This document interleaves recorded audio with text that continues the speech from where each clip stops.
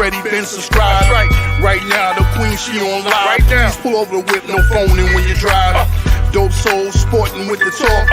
First lady from New York, Brooklyn. All my people, you rocking with the chat. Hit that. The like button would tell me where you at. You know, Step from the MBK. Born and raised up MBK. Hey, real lady, where she holding it down. No matter way how you feel, she gon' greet you with a smile. Sister, you one of a kind. Yes. Oh, sister, it's time you That's her. shine. Don't talk, Where you at? Where you at? don't talk, Where you at? Where you at? don't talk, What? don't talk, What? don't talk. Where you at? Where you at?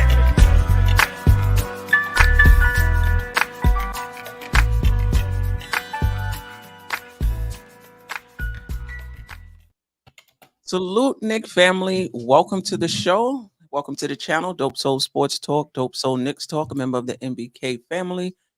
Welcome to the Just Nick in It weekly show. I'm your host, Stephanie, aka Queen.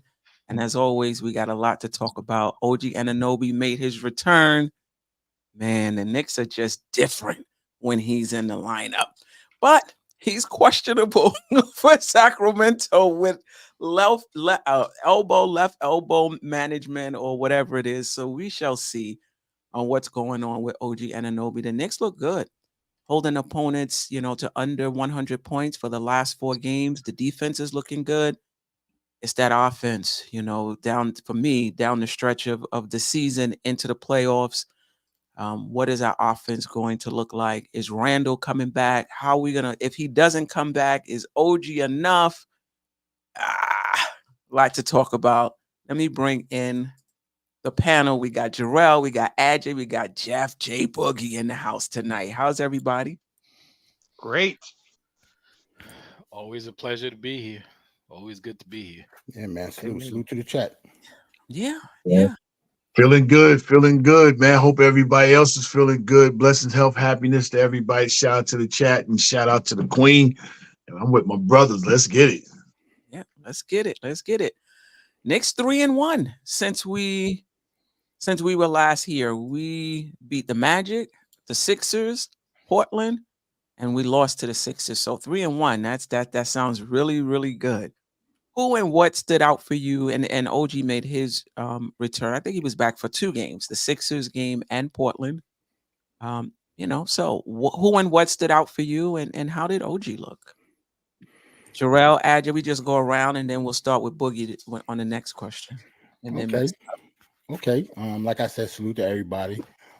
Salute to the chat. For me, I think my answers might be the same for both questions. That I think I was impressed by OG. Like as soon as he came back, you can tell what our defense looked like. And what our offense looked like too, our team as a whole. Like OG Anunoby is, I don't know, he makes our team completely different, it seems like. Just that one person made us look like a completely different team, especially versus the Sixers. But I kind of think that the low scoring Sixers game that we had was like an anomaly. That wasn't normal for us to score 73 points. That's like the lowest scoring output that I think we've had all season.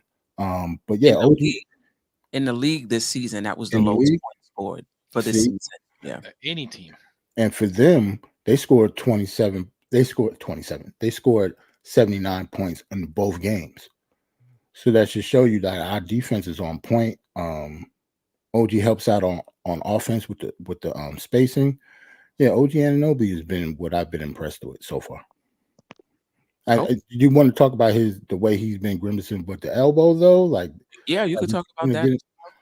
Yeah, that's very, very concerning. Like, and plus he's questionable tomorrow. So, all this joy that we feel that him coming back actually might be short-lived. So I don't know if they want to try to put him on like a pitch count, so to speak, or a minutes restriction, but he obviously was in pain. And I know they said that, it was normal because that was the first time he, getting multiple games of action. But yeah, it has to be concerning. Especially if, as we were talking before the show, Jeff, right, that they took out a bone spur. Mm-hmm. So, where's the irritation, coming from? And why is it still in pain? It's been a while, so.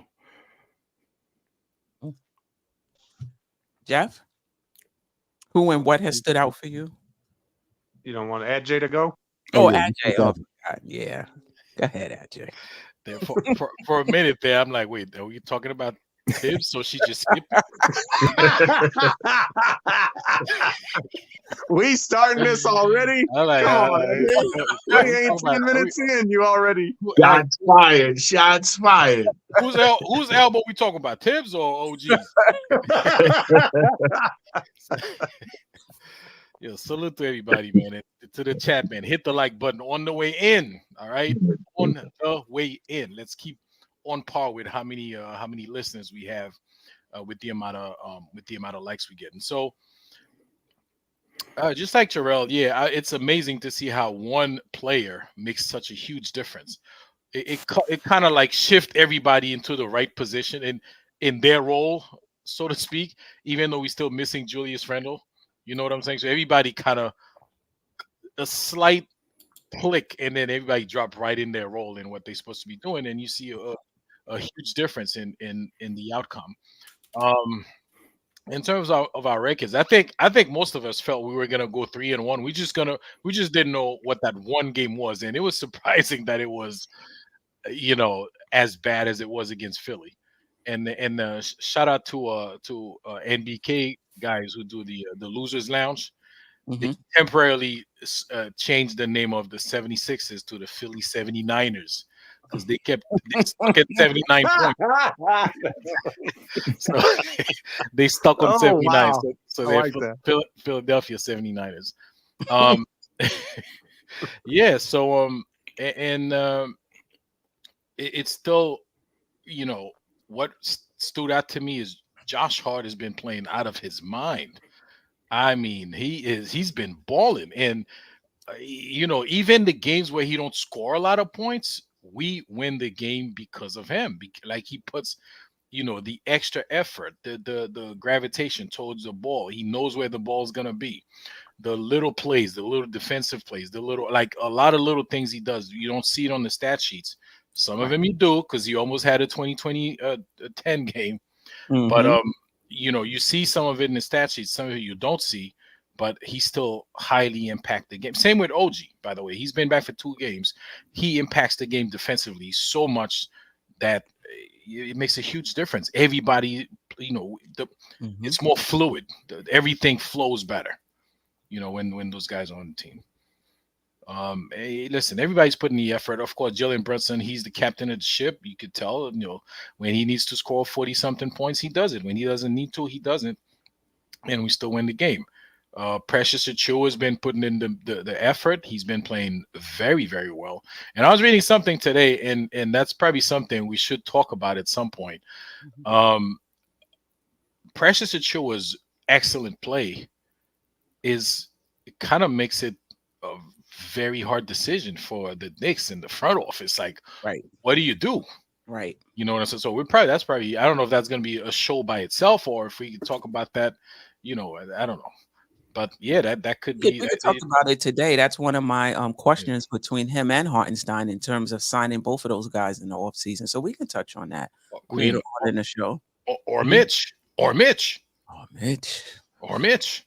Well, Mitch is already signed. No, I know, but still, you could trade, you could do things. Like who do you keep?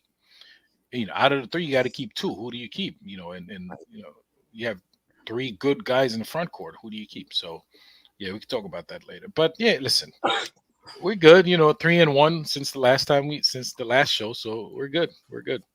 I wanted to ask you, Ajay, since you're a big Achiuwa fan, and I think most of us are, but you were on him from the beginning. What do you think about starting?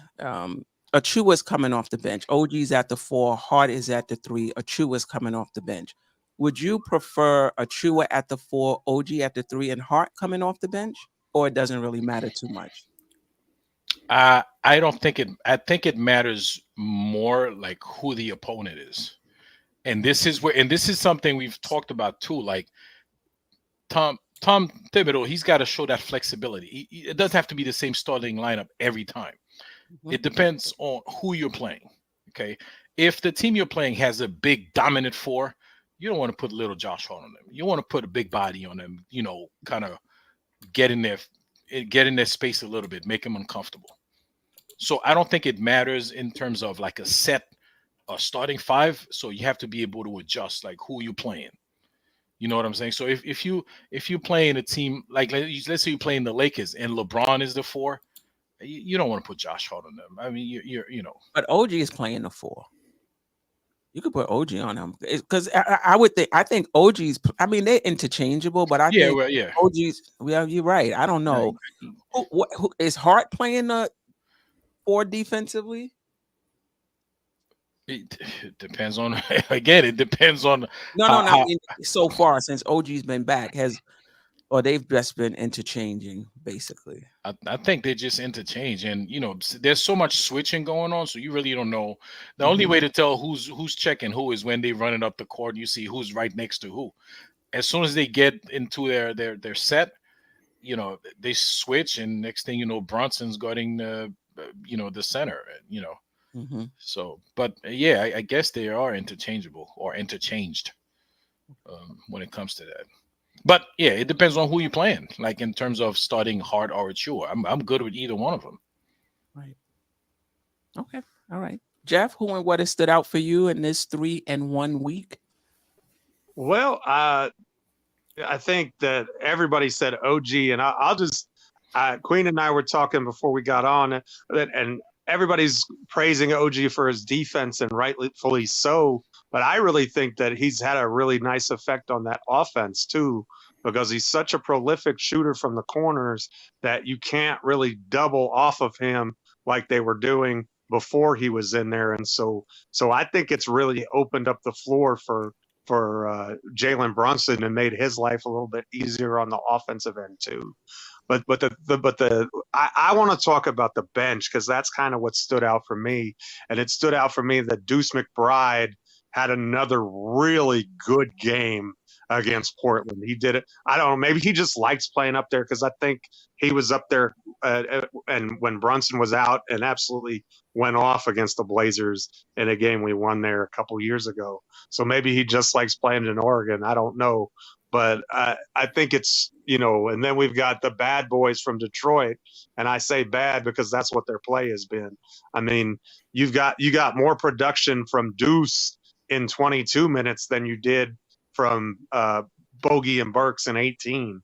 And that's a problem. I mean, I know there's no way that those two guys are as bad as we're seeing them play right now. I mean, they played better than they've been playing in Detroit. I mean, they were putting up a lot better numbers. It's like everybody who was involved in that trade forgot how to shoot. I think even Grimes has only made like 4 3-pointers since the trade, and 3 of them were in the second half against us. So I don't know what happened in that trade, but they put the hoodoo voodoo on each other because not one of them can shoot straight. And so that's concerning for me because it's really when those two are non-entities like they've been, that was pretty much a 7-man rotation that you saw last night, you know, and 16 games worth of a 7-man rotation. I mean, well, it may be less if Julius gets back, if Mitch gets back, but we don't really even have a timetable for that yet. So for the West Coast trip and immediately to have 7 guys that you can feel like you can depend upon is not really good. I mean, it's not, you know, and obviously if OG is out against Sacramento, that just kind of makes it worse because you really have to depend on one of those two to give you some minutes and some offense because we just struggle to score the ball outside of Jalen. That's just, you know, the painful truth of the matter right now. And, you know, I just, you know, neither one of those guys is that good a defender. So when they're not scoring either, they're really just a complete negative. And I just don't understand it. Like, you know, players don't usually forget how to shoot. I mean, and these are guys who have been good perimeter shooters their entire careers. I mean, Alec Burks was a walking bucket for a long time, and Bogey too. I mean, you know, Bogey's a guy who shoots 40% from deep. I mean, and he couldn't hit water if he fell out of a boat. you know, right now. It's insane to me. And like I said, you know, whatever is happening, you got to think it's entering Thibodeau's mind come the playoffs. Am I going to be able to trust these guys? Right? I mean, that's becoming a bigger and bigger concern. I mean, I think Burks is already on his way to the Fournier treatment, and you know, Bogey's at least had 2 or 3 good games, but if he goes 1 for 6 in 14 minutes again, he's going to be, you know, in mothballs before you know it too. And we've got to find ways to score on that second unit. We've got to find ways to alleviate the, you know, some of the shot creation responsibilities on Jalen, you know, and he does a great job, but I mean, you can't rely on him to get 45 every night. He's just going to wear him down. I think I don't know that that's sustainable. And, you know, and we've seen that, you know, as good as DiVincenzo is, I don't think that's really his role to be, you know, your secondary scorer. And so we really, especially on that bench unit, we just have to get some scoring. And so I'm really hoping that we figure that out here in the next week or so. You muted, Queen. I got my friend's dog with me, and she could be real loud. But I agree with you, Jeff. That's my concern. My concern is the offense, because think about it. This team is built around Jalen Brunson and Randle being the hub and putting shooters around those guys. Now we don't have Randle. Now you're asking those guys to do a little bit, you know, to do a little bit more than they were brought in to do, which is to create shots. And that's just not their thing. DiVincenzo did it for a little while. I was like, wow, you know, he can really put the ball on the floor, but not consistently. OG does it. He's looking better. Can he do it consistently? Can he do it in the playoffs when things get real tight, you know? So I'm really concerned about the Knicks offense. And I got to be honest, I was concerned even with everybody healthy, because I still felt like we need one more bucket. Felt like we needed one more bucket getter on this team with Randle and Brunson. But you know, we'll see how it goes, and we could talk about it more later. Boogie, what stood out for you in this 3-in-1 week? Who or what has stood out for you?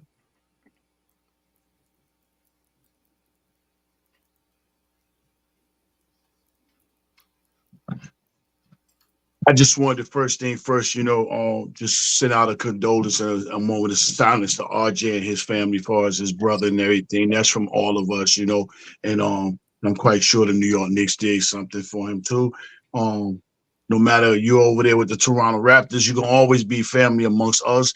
Just, you know, when we play against one another, you know, we're at war. But after the game, we cover our mouths and have conversations. So bless his health, you know what I'm saying, and strength towards, you know, the Barracks family. You know, where I'm at far as with the squad,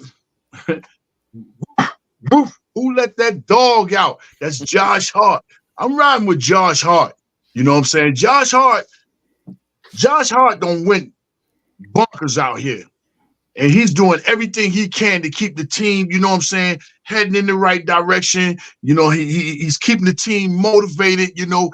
He's just not turning down, you know, and I'm really happy for him, because a lot of people still, up until this day, is still worried about what he got instead of what he's been doing for this squad. All the triple doubles, you know what I'm saying, all the rebounding and everything that the energy. He's just, you know, out there giving us everything he can, because he know that we down marquee players, you know, to our squad. So I really love and appreciate Josh Hart's work, his effort, and everything that he's providing, you know, and then the small thing, you know, grabbing the rebound. I see a lot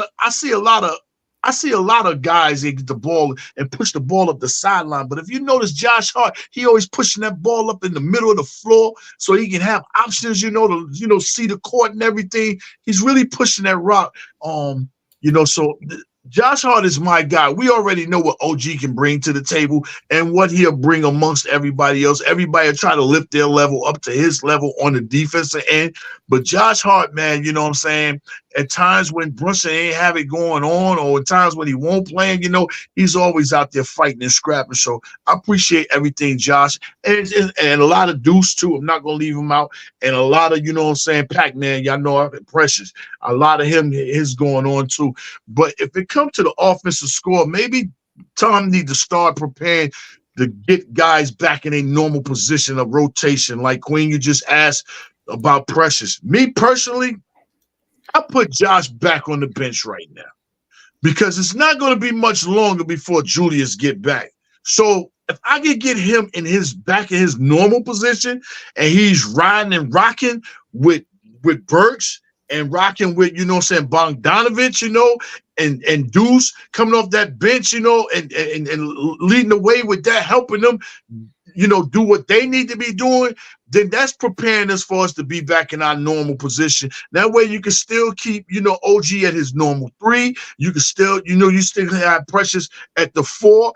That's just me, providing a little bit more scoring, far as the bench situation. Start preparing to get it, far as in our normal rotation settings. Because sooner or later, Julius is going to be back. Right behind that, Mitch is going to be back. And we're going to be right back to the normal squad where we want to be from, before the injuries. And then we can, see what we got going on from that point on. And then, but I'm good with where we at. I love the energy, the effort everybody's providing. The bench guys, more importantly, they learning how to play against starters. So I could just only imagine if we get healthy, what them guys is going to be doing to other teams, bench players, because they've been doing so much, playing so hard against starters. They just out there fighting and competing and laying it all out on the floor. For the squad, doing the best that they can to help maintain, this 4 seed and keep us above 5. Not let us fall off. They fight every night. You can't ask for much more than that for the squad to come out and fight every night and put up a battle and let them know you're gonna win. It's gonna have a war tonight. You're gonna have to beat us all the way up because we're going all the way out. And I love what we got going on, man. It's just, we just need them. We just really need those 2 pieces. Yeah, it'd have been cool. We could have got another ball handling and everything, but we got ways we could score. You seen the other night, 6 of us was in double figures. 6 of us against Philly, So we got ways we can score just a little bit behind to get it. We're under pressure. We need the other people, Dante's doing good. He's never been a second guy with what he's been doing. But he's learning on the job, learning how to, be a second option. And he's only a 4th option. So he's growing and he's going to get more better inside the player. Just got to get back everybody healthy. That's just where I'm looking at, man, right now. Let's get healthy. I got to keep promoting health. You're muted again, Queen. I agree with you, Boogie, about putting players in their place. Everybody's playing out of place, as it is. So if you could put Precious at the 4 where he's going to be playing anyway behind, Randle, and bring Josh Hart, then we got one player playing, in the position they're going to be playing with when we're all healthy. The other thing I would do, I think certain players you just have to ride with. If you feel like they're going to be in your rotation, if you feel like this is somebody I'm going to be leaning on in the playoffs, just give their guys the minutes and just let them work it out. And to me, that's Bogdanovich. 14 minutes, 18 minutes. Like there's some guys, they don't shoot well, they stay in the game. It doesn't matter. Other guys don't shoot well, they're on a short leash. And I get the defensive part of it. But there's some guys you just have to make a commitment to. We need this guy. We need his shooting. Some games he's going to be good. Some games he's not. Figure out how many minutes he's going to get and give him those minutes. Because I can't imagine you're going to be playing him 14 minutes in the playoffs. Like, same thing with Burks. Burks can be where Bogdanovich, I feel like we can really use him in the playoffs. I think he could be really good for us. I think we got enough, defenders that we can hide him in a lineup. And I think Tibbs have to figure it out. I think 13, 14 minutes, to me, is just not enough, in my opinion. Just let him, Tibbs says it himself. You cannot shoot and still have a good game. We'll see. We'll see. But let's start with Josh Hart. Mhm. Is he worth the money now? You know, worth the money now. This guy, every championship team needs a Josh Hart. Every team needs a Josh Hart. This guy, I don't know if he was injured, coming off of FIBA. I don't know what it was, but he has his mojo back. And this is the one guy I am not worried about come playoff time. You know, some guys will shrink a little bit, don't play as well under the bright lights or the intensity of it. I'm not worried about Josh Hart at all. But is Josh Hart worth the money now? Boogie, we'll start with you. We'll go around the other way. I didn't know you was coming with that, but man, I mean, I'm good with what Josh Hart got, and it's showing right now, from the beginning of the season. Josh has had a long welcome here in New York, coming in last year when we was kind of like stagnated, and then giving us another look, and people wasn't prepared for it, and he elevated us to another level, and then he Josh hasn't. I don't think Josh had never played in the playoffs, if I'm not mistaken, until he got here. And if I'm right, then that's last year was his first time in the playoffs. Yeah, so he got to get his feet wet. He got to touch that water in the foot. He jump in the pool, even though it's 105 degrees outside, to see if it's warm. That's what he did last year. Touching the water, and feeling the playoffs off. And with that, and after that, we did have a good run. Then you go to the FIBA. You played all FIBA. He had no time. He got the family. He really had no time. And then, slight little injuries nagging. He played through that. And now when he's getting a private call, sometimes you get private calls, it's private block. You don't see the number. You don't want to answer. He's answering all the calls right now. Anything they throwing at him, he's answering the phone. And right now, he's everywhere. He's on the boards. He's assistant. He's playing D, He's just everywhere. And you gotta love and appreciate a guy like that because he's gonna give you his all, man. Shout out to the Morning Brew. They named him the right name, the glue guy. You know what I'm saying? They got a hoodie coming out, the glue guy. And that's what he is. He's a glue guy. He's a work hard, stay committed, never giving up. And I'm going to be there for you, watching your back. I'm there for you, my brother. And that's what you need amongst this team is a guy like Josh Hart. Everybody can't be, the scores, the oohs and ahs. Everybody can't be, the big chains and the flashy guy on the team. Somebody has to be the dirty guy on the team. And that's what you seen him the other night, man. This headband keep getting in my way and throwing. He's out there on that floor really giving it to us, man. So shout out to Josh Hart, man. Appreciate you, man, giving us that hard-earned, effort that you got for your money that you got, man. Because I love to see when somebody is in position to feed their family, man. And he's taking advantage of that, and he's playing hard, real hard. Shout out to Josh Hart for me, man. And it's showing up in the box score, and some of it is not, but it's showing up in the box. He's just playing. He's coming up huge for us during this injury-ridden run. Jeff? Well, I think the most impressive box score stat for me for Josh Hart is he's played 40-plus minutes in 10 of the last 11 games. That is some ultimate warrior kind of stuff there, yes. man. He doesn't look worn down at all. He is just killing it from that perspective. And then, he just, whatever you need him to. I'm going to ask you this question. Have you between the five of us, we've seen a lot of basketball. Have you ever seen a 6'4" player who rebounds as well as this man does? Barkley. Yeah. Okay. That's pretty good company. If that's the one you can come up with, that's pretty good company. And so he's a lot smaller than Barkley. I mean, Barkley, He may be the same height as Barkley, but he ain't the same size as Barkley. I mean, Barkley was the round mound of rebound for a reason, right? I mean, he was a massive human being, and and I grew up watching Barkley. I mean, I was an hour north of him, so I saw a lot of Barkley's games when he was a Sixer. But man, as a guard, I've never seen anybody who can rebound the way this man can.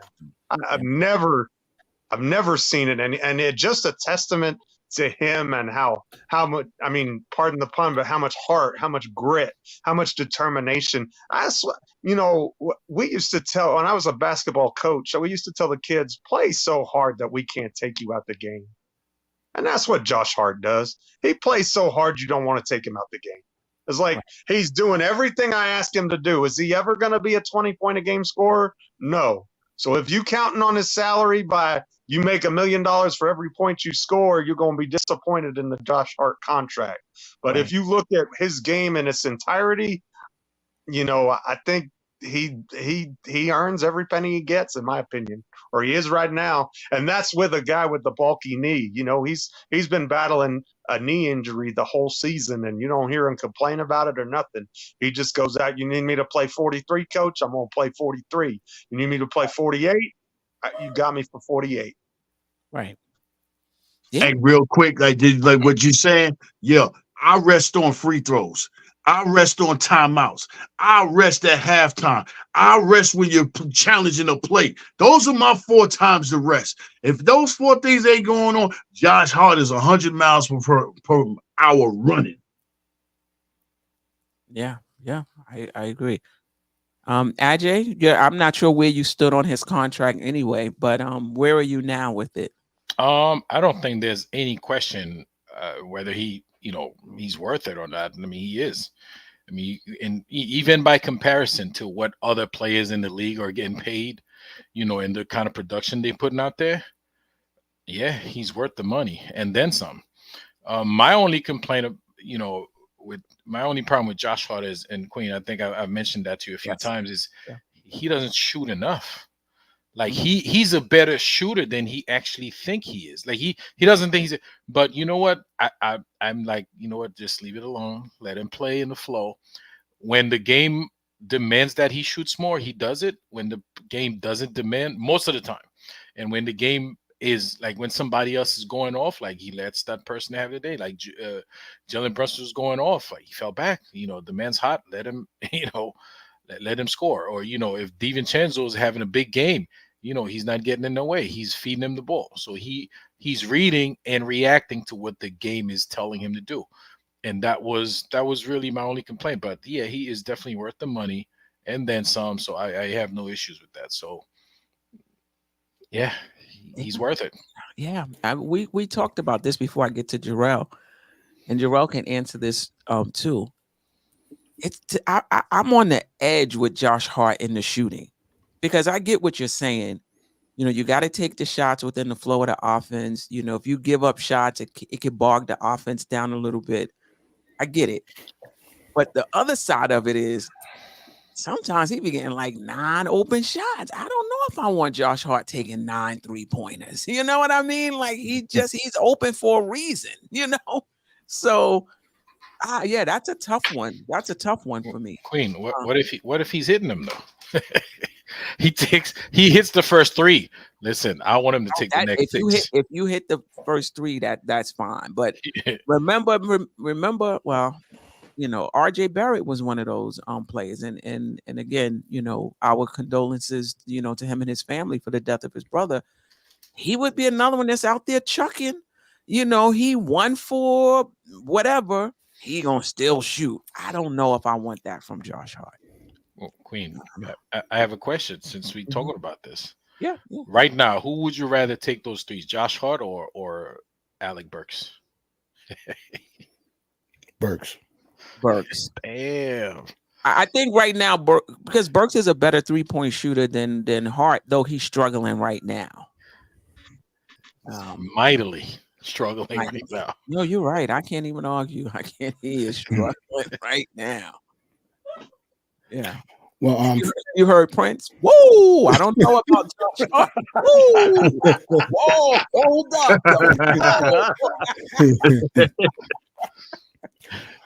though. To answer the first part of the question, obviously, I think he's worth the money. I never thought that. I never thought differently. I think Josh just had a very, very bad first couple of months of the season, probably because of fatigue. I think we always forget that. Remember, he just had like twins the following year, so maybe their sleep schedules are a little bit better. So, that takes a lot out of a person. Julius Randle went through it 2 years ago when he was in the playoffs. But yeah, I think Josh Hart is definitely worth the money. I'm one of those people that don't want him to shoot though, unless he wants to. I'm the type of person I never like to force shooting. I think shooters and scorers are born. If they want to score, they will score. The ones who are hesitant or not confident in their shot, you can't just tell them to shoot it. That doesn't usually work out well because they're not going to shoot it consistently. Like you can't make somebody be a scorer. Much as you want them to, they're open for a reason. So much as I like Josh Hart, I love his game. I think he should stay exactly how he is. Like it's even with the shooting volume. Yeah, I think he's worth every penny. I do agree he wasn't playing up to the level that we expected him to start the season, and that could be due to multiple reasons. But he seems like he's in flow now. And if this is the Josh Hart going down the stretch of this season, going into the playoffs, I'm super excited. You talk about a doggy dog like that. Josh Hart is a pit bull, and he's the least person, if we were to talk about who are you the most confident in showing up the way they're showing up in the regular season in the playoffs, besides Brunson, my vote would go to Josh Hart. I don't think there's going to be any drop off in his play whatsoever. Yeah. Anything else about Josh Hart? One other thing about Josh Hart that I like is he understands the mental part of the game. He's able to get under guys' skin, and get them out of their game and get them thinking about something that, how you just had that one player when you played ball, just an irritant. Like they just had a way to get you just off your game a little bit, just get you off center or get you right where you're not 100% where your mind needs to be. Hart seems like he's got a lot of that in him. He's one of those guys who just kind of needles at players and just kind of pokes at them. And not every player gets affected by that, but he's rented out some headspace in a few players this season, and I'm here for it. I like that part of his game. How he's such a mentally sharp player. He's our version of Dylan Brooks. Yeah, but Dylan Brooks, some of the boneheaded stuff he does. Josh Hart is more in control, but you're right. Yeah, minus the boneheaded stuff, because he's more mature. He's obviously a more calculated guy, Josh Hart. Right, and shout out to the Knicks for ditching one Wildcat for another. The Knicks, when the front office first came, they hitched their wagon to the Kentucky Wildcats, and we didn't get a lot out of that. Then they switched over to them Villanova Wildcats, and we humming along, because Julius is still a Kentucky Wildcat, though. That's true. Other than Julius, and Quick too was a good pick. But you remember that time when it was all about Kentucky. But the Kevin Knoxes and all that.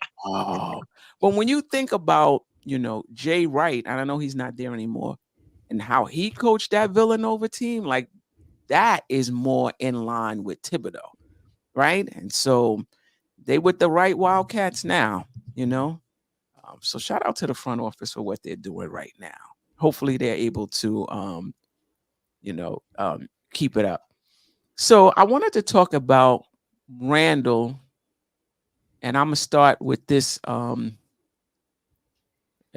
comment by Melvin Upshaw. I hope I got that right, Melvin. I guess you don't watch the games. Randle is lazy on defense, dribbles too much. Randle shows no energy on defense, so stop worrying about Randle. So my question is, how far can the Knicks go without Randle or Randle less than 100%? Your thoughts on that? Let's start with Ajay, Jeff, Jarrell. No, Ajay, Boogie, Jeff, Jarrell. Can you post that thing again? Oh, sure. I mean, shit. If you listen to Melvin, we're gonna win a chip without Randle. Thank God Randle not playing. But no, if you understand this team, if you understand the structure, how they built this team, you realize that we're not gonna be. I mean, we can play without Randle, and we could win some games without Julius Randle.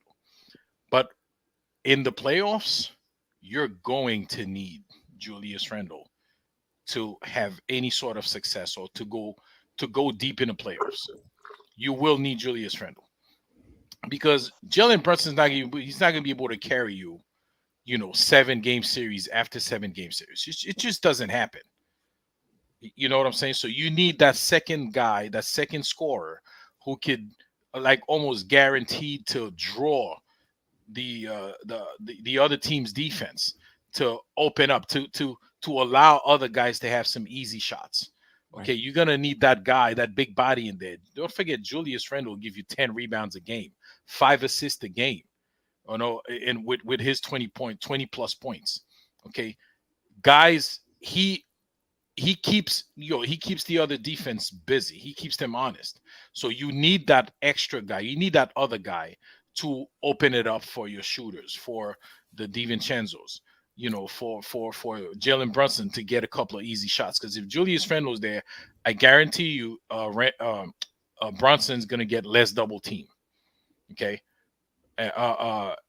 DiVincenzo's gonna have more open shots. Anunoby's gonna have more corner threes. Because especially the way Randle was playing this year, because he was playing less on the perimeter and just bodying him up inside. So that allowed everybody, it allowed the spacing. The game opened up tremendously when Julius Randle was part of it. So if you watch the game, man, how can you not see this? So we will need Julius Randle to go anywhere. To if we want to have a deep run in the play. I mean, how you beat Boston without Julius Randle? I just don't. You just don't have the personnel. I don't think. So no. Boogie. Yeah, all this is good. What's happening with the squad right now, being able to maintain the best way they can. As far as our wins and our losses and everything. But we're not going far without Julius. Even though Julius, he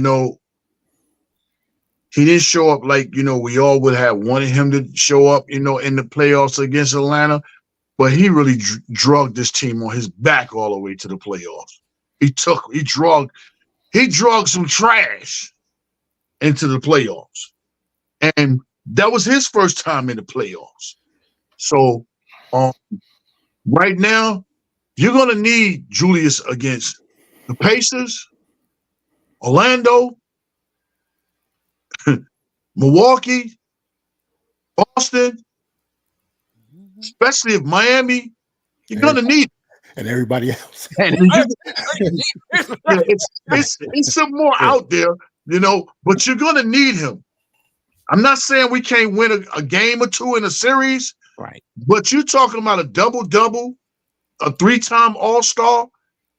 I really felt like this was going to be his year to prove, some of the naysayers, that feel like, this feeling like, you got to show improvement. And I get that. You got to show up in the playoffs. I get that. I really felt like this was the year that Julius was going to do that. Shout out for Julius for keeping his health and everything real. The 12th was the deadline to make the NBA all NBA team. He didn't try to get back just for that. So he's not on a personal, a personal situation as far as himself chasing individual goals. He wants to be back so he can be back for the squad. And if you think for one moment he wants to be sitting on that bench and not being on that court playing right now, you really don't know Julius Randle. He want to play. He can't play in his position. He can't play and with his health like it is right now. Yeah, he can go out there and probably shoot some jumpers, but what about them hard? Julius probably is in top 3 in screen sets. If you literally ever heard Julius setting screens, you hear people body crumbling when he sets them screens. So for him to set them screens with that shoulder and all Julius has to be right. It's not just shooting a jumper. He got to be right because he's a physical playing guy, and that's to his strength. And if you take away his physical gift, then you're going to have him lollygagging. Yeah, he takes off plays. Yeah, he's a bonehead from certain time to time, but we're not going nowhere far without Julius. That double-double needs to be inside on this roster, and I do feel 100% if we had this full roster going on, we'd be the number 2 seed right now. Breathing on Boston neck. Yep. Breathing. And that's how much he means, to this offense. And don't forget, we went 13-1 with him. 13-1 run with him. We ain't done nothing like that. So, yeah, we need Julius to be on this squad so we can move further and feel like, this squad has a chance being at Eastern Conference like everybody being young. EC, Eastern Conference. Yeah, we need Julius. We're not going Eastern Conference without Julius. And I don't like to put down the team, but I'm just a realist about the basketball, and I love everything that the squad is doing. But we got to have our squad. We got to have Julius, and we got to have Mitch. We got to have Mitch because the other teams don't want us to have them guys. When you listen to them, when you go on their radio stations and listen to their channels, when we playing, they keep saying, man, if the Knicks get healthy, it's a problem. Listen to some of them other channels we be playing instead of listening so much to our people, which they do a great job. But I want to hear what the other teams and the broadcasters and what they feel about us. And they scared for us to get healthy. I keep saying we the East Coast Clippers. Yeah, shout out to Mark Odom. Deuce isn't letting no one take his spot. Yeah. Shout out to him. Yes. I forgot who I said, if it was Jeff or Jarrell. Well, shout out to Melvin for supporting the show and for commenting, but he must have taken a nap through the month of January. Because when we made that OG Anunoby trade and Julius Randle was in the lineup, other than the Cleveland Cavaliers, we was playing the best basketball in the entire NBA. Mm-hmm. And since then, in the month of February, we were like 4-8 while he was sitting on the sideline rehabbing a shoulder. So if you would rather the 4-8, and look, they're warriors, they go out there and they fight and they scrap and they claw. And I love the culture that Thibodeau has built and how every game they're going to battle. And that's awesome. But if you're going to look at the 4-8 segment in February and what we've done so far in March and say that that's better than what you saw a fully actualized team with OG and Randle healthy along with Jalen Brunson, I don't know what game you're watching, my friend, because the Knicks were the best team in the NBA during that stretch. You don't believe me? Remember that Denver Nuggets game when we slapped them so hard they walked back to Denver? I mean, we beat them by 30 points. I mean, look, and we had Philly fully healthy with Joel Embiid, and we slapped them by 30 points too. So and they walked down the turnpike. Yeah, they hitchhiked down the turnpike. They're like, get us back to the blue route. We out of here, But what I'm saying is, so look, I respect the job that's, as Boogie has said, we respect the job that these guys are doing, holding down the fort, keeping the ship from going under. But Julius Randle's an all NBA player for a reason. Like, put some respect on that guy's name. He is not a scrub. Like, and he had some bad times in New York. There's no question. His first season as a Knick was a disaster. I ain't gonna front. It was a disaster. But on balance, when you look at what he's done in a Knick uniform, he's one of the best players in the history of the franchise. Mm-hmm. And that's not an exaggeration. Look at the numbers that he's put up compared to everybody else that he's played with. I mean, if you can find a lot of other guys doing what he's done, tell me about him. I'm going to listen, but it's going to be a short conversation. I promise you that. I mean, if you're not a Julius Randle fan, that's fine. I can't change your mind. And I'm not going to try, but for this team, if this team's goal is a championship, and it is, it's foolishness to think that we can just ride into the playoffs without our second best scorer. I'm going to give Jalen the best score because he's more efficient than Julius. Julius does great things too. Just that I don't mean that as a knock on Randle, but you're going to need Randle's creation ability in the playoffs. You're going to need Randle's ability to draw a double team and get those shooters open in the playoffs. You're going to need those things. And when you have guys in both corners, in DiVincenzo and OG who can knock down that three, oh man, that you choose your poison. But don't, and I'm not saying you couldn't bring someone else in here theoretically and make it a better team without Randle. I'm not saying that's not possible. But what I'm saying is the plan right now is for us to have a fully actualized championship competitive team has to have Julius Randle on it, because guess what? If you're Boston, you don't have a lot of answers for that man. If you're Milwaukee, you got to put Giannis on that man. You got to make your best player work defensively. If you're Philadelphia, you don't have an answer for that man. If you're Indiana, you don't have an answer for that man. And it goes on and on. Like Orlando's got Banchero, who's real nice, but we've seen Julius take him to school too. So, right. I mean, let's. He's had his struggles in the playoffs. He does boneheaded things from time to time, but let's not just throw every good thing he's ever done in the trash and just say that just because we played some 500 ball while he was out with a separated shoulder that we good to go once the postseason comes in. Because I ain't buying that for a second, man.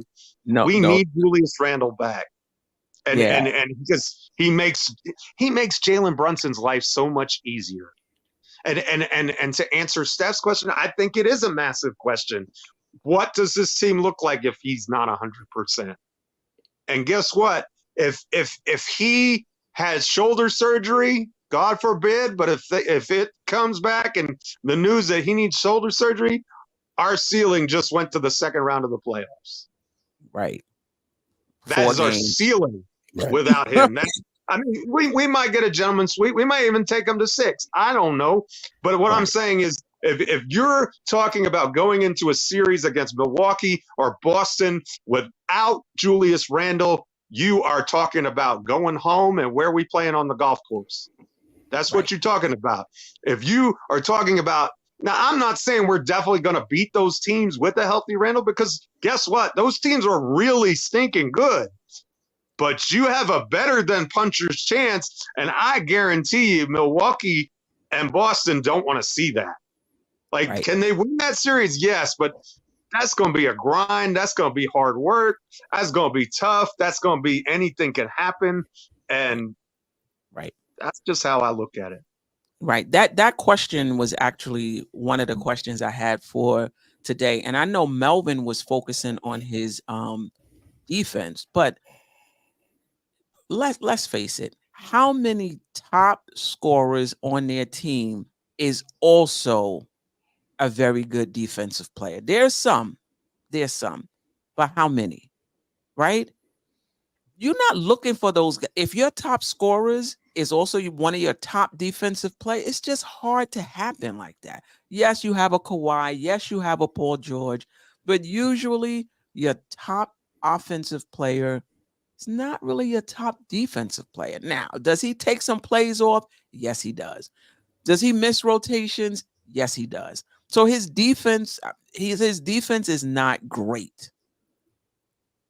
Still, he changes what we do. You can still win with those defensive lapses. You take him off this team and you put somebody in who's a better defensive player than Randle, where you going? So look at Precious. Precious is a better defensive player than Randle. Where have we gone? Right. Now, part of it also was OG was out. Part of it was Hartenstein's minutes was decreased still. Even if we did well in the regular season, I cannot see us going into the playoffs, even with a healthy OG and a healthy Hart, and even a healthy Mitch, making it to the Eastern Conference Finals without Randle. I just don't see it, because this is the thing. Your defense has to be good enough. But in this NBA, you have to be able to score the basketball. Even with a good defense, you're not shutting these teams down. I think this is the highest scoring season in the history of the NBA, if I'm not mistaken. And they ain't even finished yet. Right. So you do need a good defense. But to me, what your defense does, if it's really good, it just keeps you in the game.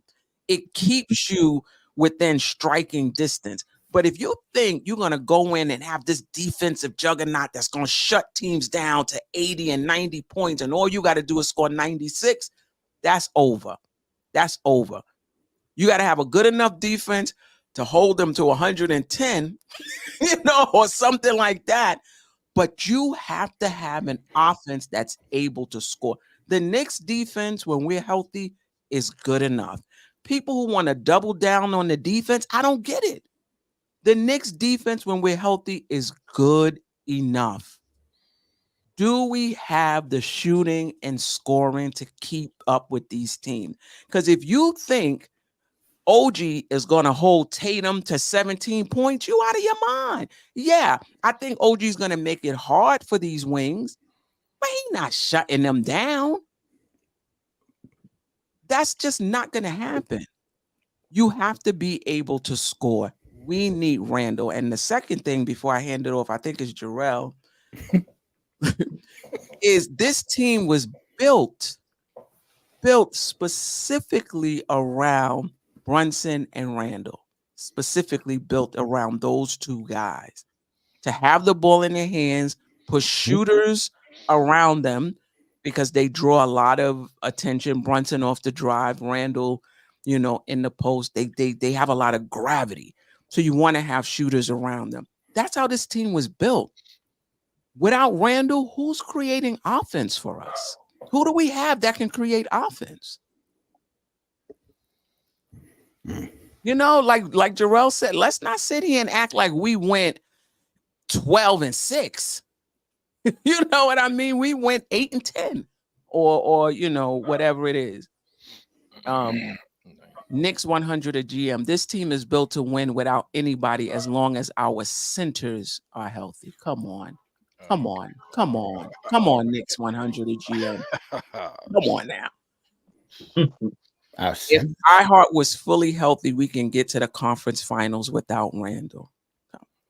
Listen, I don't know if there's anybody on this panel or in the chat that's a bigger Hart fan than I am. I'm on the trade Mitch, sign Hart bandwagon. But you're not going to tell me that as long as our centers are healthy, we can win without Randle. Come on, man. Come on. But I appreciate you, Knicks 100. Thank you for watching Knicks 100. Did you hit the like button? Yeah. Make sure you hit that like button. What was that? Yeah. Freezy in the house. Freezy, What up? bro? Oh, Uncle Freezy. Yo, I was just on YouTube Music checking out J Boogie the Closer, man. Make sure y'all go check out J Boogie on YouTube Music, man. Subscribe to his channel. He got dope music out there, man. We got to make sure we support the guys that support us, man. Salute to the panel. Salute to the Queen Bee of the Knicks universe. Salute, Freezy. It's been a minute. How you doing? Yeah. It's been a while, man. I'm all right, man. Busy. But hey, did you just say you were pro iHeart trade, Mitch? Yeah, I would. See, now we got to fight. See, I didn't want to argue. I just wanted to come in and be peaceful. Okay. But right now we can get to that. We can get to that. But right now we're talking about Randle. I wanted to give Jarrell his opportunity to speak. And Jarrell, we can get into that a little bit. So that's what we got to do to get Freezy on. All right, now we know what we got to say. Just say when you say Julius Randle, I show up. When you say Randle, I'm here. Right. Jarrell? I almost don't even want to answer this question. I kind of feel like I don't know. It only takes like one person to dislike Randle, then all of a sudden we gotta, have some big like court session about Julius Randle. Like how do you just take an all-star off the team and the team is better? Like we are the only fan base that seem like that has to have that argument. It doesn't really make any sense. So yeah, we need Randle. I'm gonna be short. I'm not gonna be, y'all have defended Julius Randle enough. I'm not even the defending Julius Randle guy, but it would make perfect sense for him to be on this team. We will be a better team. Like he's an all NBA player. Like what else does he have to do in order for you to at least respect him enough to know that the team will be better if he was playing? Like you don't have to like him. Cancer, Jarrell, and they still wouldn't be happy with it. Right. You can't, you don't have to like him. Like he's not my favorite player, but I know him. I know he's good enough for us to be a better team with him than without him, unless we replace him with somebody that's way better than him. And there's not that many players that's better than Julius Randle in the entire NBA. Correct. Like for some people that don't like him, you just have to face that fact, whether you like him or not. Like he's going to be here for a while. But how do you like the team and don't like the guy who makes the team better? I don't get it. I just don't get it. No, you cannot like a player and like the team. Like we all Knicks fans. So regardless of who plays for the team, you're gonna like the team. You don't like the person, or you don't like the player makes the team better. You like the play. You don't like the person. You don't like his face. You don't like his hairdo. I get it. But how do he makes the team better? How do you not like him on your team? That you have a better record.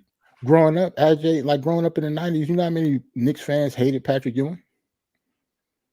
He was the only reason. A bunch of them. It's a bunch of people. He was the only reason we was relevant at all. Like we had some other good players, but Patrick Ewing was Patrick Ewing. He was probably the best player in our franchise history. So blaming Pat for everything. Yeah, go ahead, Jarrell. I was just gonna say, well, it's kind of like that. Like whether the fans like the player or not, you still got to respect him enough to know that we will be a better team if he was on it. Right. And the thing about it is, we acting like without Randle, we went 16-2. Bogdanovich came in here, was averaging 18 points a game. Burks came in here, was averaging 6. And we was just really flowing. And you can dream like, well, wow, look how we playing. Just maybe we can do it without Randle. But that hasn't been the case. 8-10. Looking raggedy. Bogdanovich looking 20 points one game, 0 for 9 the next. Burks looked like we pulled him off 7th Avenue and threw him in the game. And we sitting here talking about we don't need Julius Randle. My heart playing 20 minutes a game. And we sitting here talking about we good. I don't get it. Freezy, the question was, how far can we go without Randle, or even if Randle is less than 100%? I don't know. That's a very, very good question, and I think when thinking about it, you have to think about it in segments, because I think that the question is that the response is layered and nuanced, because it depends on things such as, like you mentioned, how healthy Randle is, right? And it depends on what all the new pieces played like around Randle, right? Some of the new additions, and I'm gonna count Deuce in that new addition, even though I know he's been on the team, but the fact that we had to make space for Deuce to play. Right? Like Deuce was here, he was on the bench and all that stuff, but he wasn't getting significant minutes when Quickly and RJ was here, and not even really when Grimes was here. So I think it depends on how 1 through 12, how comfortable we are with 1 through 12, with 1 through 12. I think this is honestly, me, just being a Knicks fan for a long time, I think this is probably the deepest Knicks team that I've ever seen. Right. Usually by this point, we start getting to names like Bill Walker and names like that. Right. But now we legit feel comfortable with Deuce McBride on the second unit. We feel comfortable with Josh Hart coming off the bench. We feel comfortable with names like Alec Burks and Bogey, even though they're not performing at where we want them to be. And we need them to perform at their normal career norms. They don't have to exceed expectation, but at least be the version that we traded for. And so how far we go with Randle, I think we can win a championship with this team. No, how far can we go without Randle? Okay, how far can we go without? We ain't going nowhere. That was the question. What kind of question is it? Well, I'm just saying. Somebody brought up. Oh, I didn't even see this. Shout out to Mark Odom. Sorry, Mark, I didn't see this. Julius is the guy you walk down a Brooklyn street with. Yep. Okay, I didn't. OG Stewart, you don't think we could go to the Eastern Conference without Julius Randle? You're crazy. Wow. And we ain't going nowhere. Man, without Randle, we bad boys for life. We ain't going nowhere. Right? This team ain't, man, without Randle, are you sick? Queen B, to answer your question, think about in the regular season, you have a mix of people on your schedule, randoms, like the Wizards are going to come in. You'll fly down to Charlotte, San Antonio, be in Brooklyn yesterday, but they in the Garden today. The Pistons might come through and all that. See, in the playoffs, ain't no Spurs, ain't no Pistons, ain't no Hornets, ain't no Wizards, ain't no Trailblazers, right? In the playoffs, if we are the 4th seed, we're playing the 5th best team in the Eastern Conference, right, without Randle. Right. If we the 3 seed, we playing the 6th best team in the Eastern Conference without Randle. Right. And a lot of these wins that we got them with Randle. So if we get to the playoffs without Randle, we ain't go. And I love this Knicks team, right? I love it. This is one of my favorite Knicks teams. This is, for me, I've been watching the Knicks for a very long time, right? And to me, this is like a top 10 Knicks team that I've watched. Right. This is to me, in my opinion, this is one of my favorite Knicks teams. Right. Like there was the 99 team is one of my favorites. Mm-hmm. The 1990 team, the 92 team, the 96 team. This team right here, we've been resilient and things of that sort. But if we're talking about how far we're going to go in the playoffs against playoff teams, right? See, we played Portland last night. They ain't going nowhere. Right. But if you're talking about if we're the 4th seed and whoever the 5th seed winds up being, whether I'll say Miami just for Orlando in a 7-game series against Orlando, are we confident we can beat Orlando in a 7-game series without Julius Randle? If we do, I feel okay. If we do, I'd love it if we do, but in terms of being confident that we will, I mean, I'm not gonna bet Jay Boogie a Subway sandwich on that. Nah, because Jay Boogie might be eating and I'm not. You know what I'm saying? I think the let me put it to you like this. Most NBA teams that lose 3 starters, they pack up their season and tank so they can get to the lottery. You know what I'm saying? Think about the teams that lost 3 starters for significant time in their season. They legit pack up the season. They like, man, we ain't going out. We ain't get ready to. You know what I'm saying? If you go to Boston and say, hey y'all gonna have to play 6 to 8 weeks without Brown, Tatum, and Porzingis. You know what Boston doing? The Boston be like, we'll see y'all in Cancun. and so with this, so basically with this team here, I'll say, you know, Randle. I think we got to start giving Randle his flowers for being a really good Knick, right? But teams like you saw the offense last night, without somebody else offensively on the floor to create gravity to keep defenders away from Brunson for 48 minutes, right? You can't expect to go far, and that was Portland, right? That was Portland. Now, if you're talking about us playing Boston in the playoffs without a Randle, we ain't going nowhere. We might get a gentleman's sweep, but it's like most teams. Most teams need all their best players available so they can be competitive in the playoffs, and especially their top two. Right. Yeah. Right. I want to ask this because I'm seeing this a lot in the chat. You know, people focus on Randle's defense. You know, people, you know, when Mitch comes back, our defense is going to be better. It's already good. It's one. I guess it'll be 1 squared when Mitch comes back. Which is still one, by the way. Right. Do you think we are overrating defense in today's NBA? Because you hear people wanting to double down on the defense. Randle doesn't play defense. When Mitch comes back, our defense is going to be, you know, even better. Do you think we are overrating defense in today's NBA?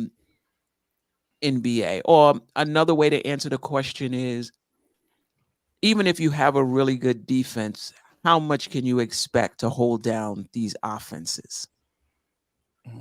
Is that question for me? No, it's for the panel, but we'll get around to you. We're going to start with Jarrell. Okay. Do we overvalue defense? I would guess the answer is yes, primarily because all of us are old for the most part, especially I don't want to call us old, but the people on this panel and in the chat have been watching NBA long enough to know that that's how the NBA used to be played, but it's completely changed now. Like the spacing is different. Players and teams do not play defense like they used to. So to have just a all defensive team and you just walking the ball up and down the court real slow, that's not today's NBA at all. Like in the heyday in the 90s and stuff, yeah, that'll work, but yeah, it's not the age of Oakley and Anthony Mason and stuff anymore. Well, maybe Anthony Mason because he might have been a little bit ahead of his time, but for the most part, the players on our team, the defensive stalwarts on this team wouldn't even be able to play today. Like the skill level is different. So yeah, we definitely overrate defense. That's just because of our ages though. So I completely understand why we do it. The younger Knicks fans don't usually have those type of talking points. If you actually pay attention to them on Twitter and stuff, they're not that they don't care about Julius Randle defense, but they don't like him. If you don't like him, that's not the reason they don't like him. Right. You bring up a really good point because this chat is an older crowd, right? Remember we went through and we asked people when they started watching the Knicks. So, you know, it is an older crowd. And if you're an older crowd and you watched the Knicks in the 90s, that was our identity, defense. And it's hard for us to, you know, I don't even think we should give it up, but I do think that we feel like, oh, we just got to have a great defense and that's going to be enough.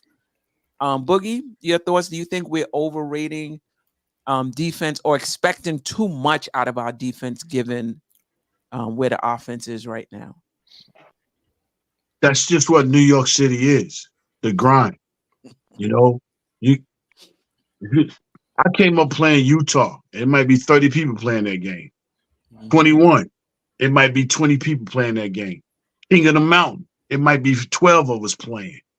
The gut, the grit, the grind is what we're used to, and nobody giving us nothing.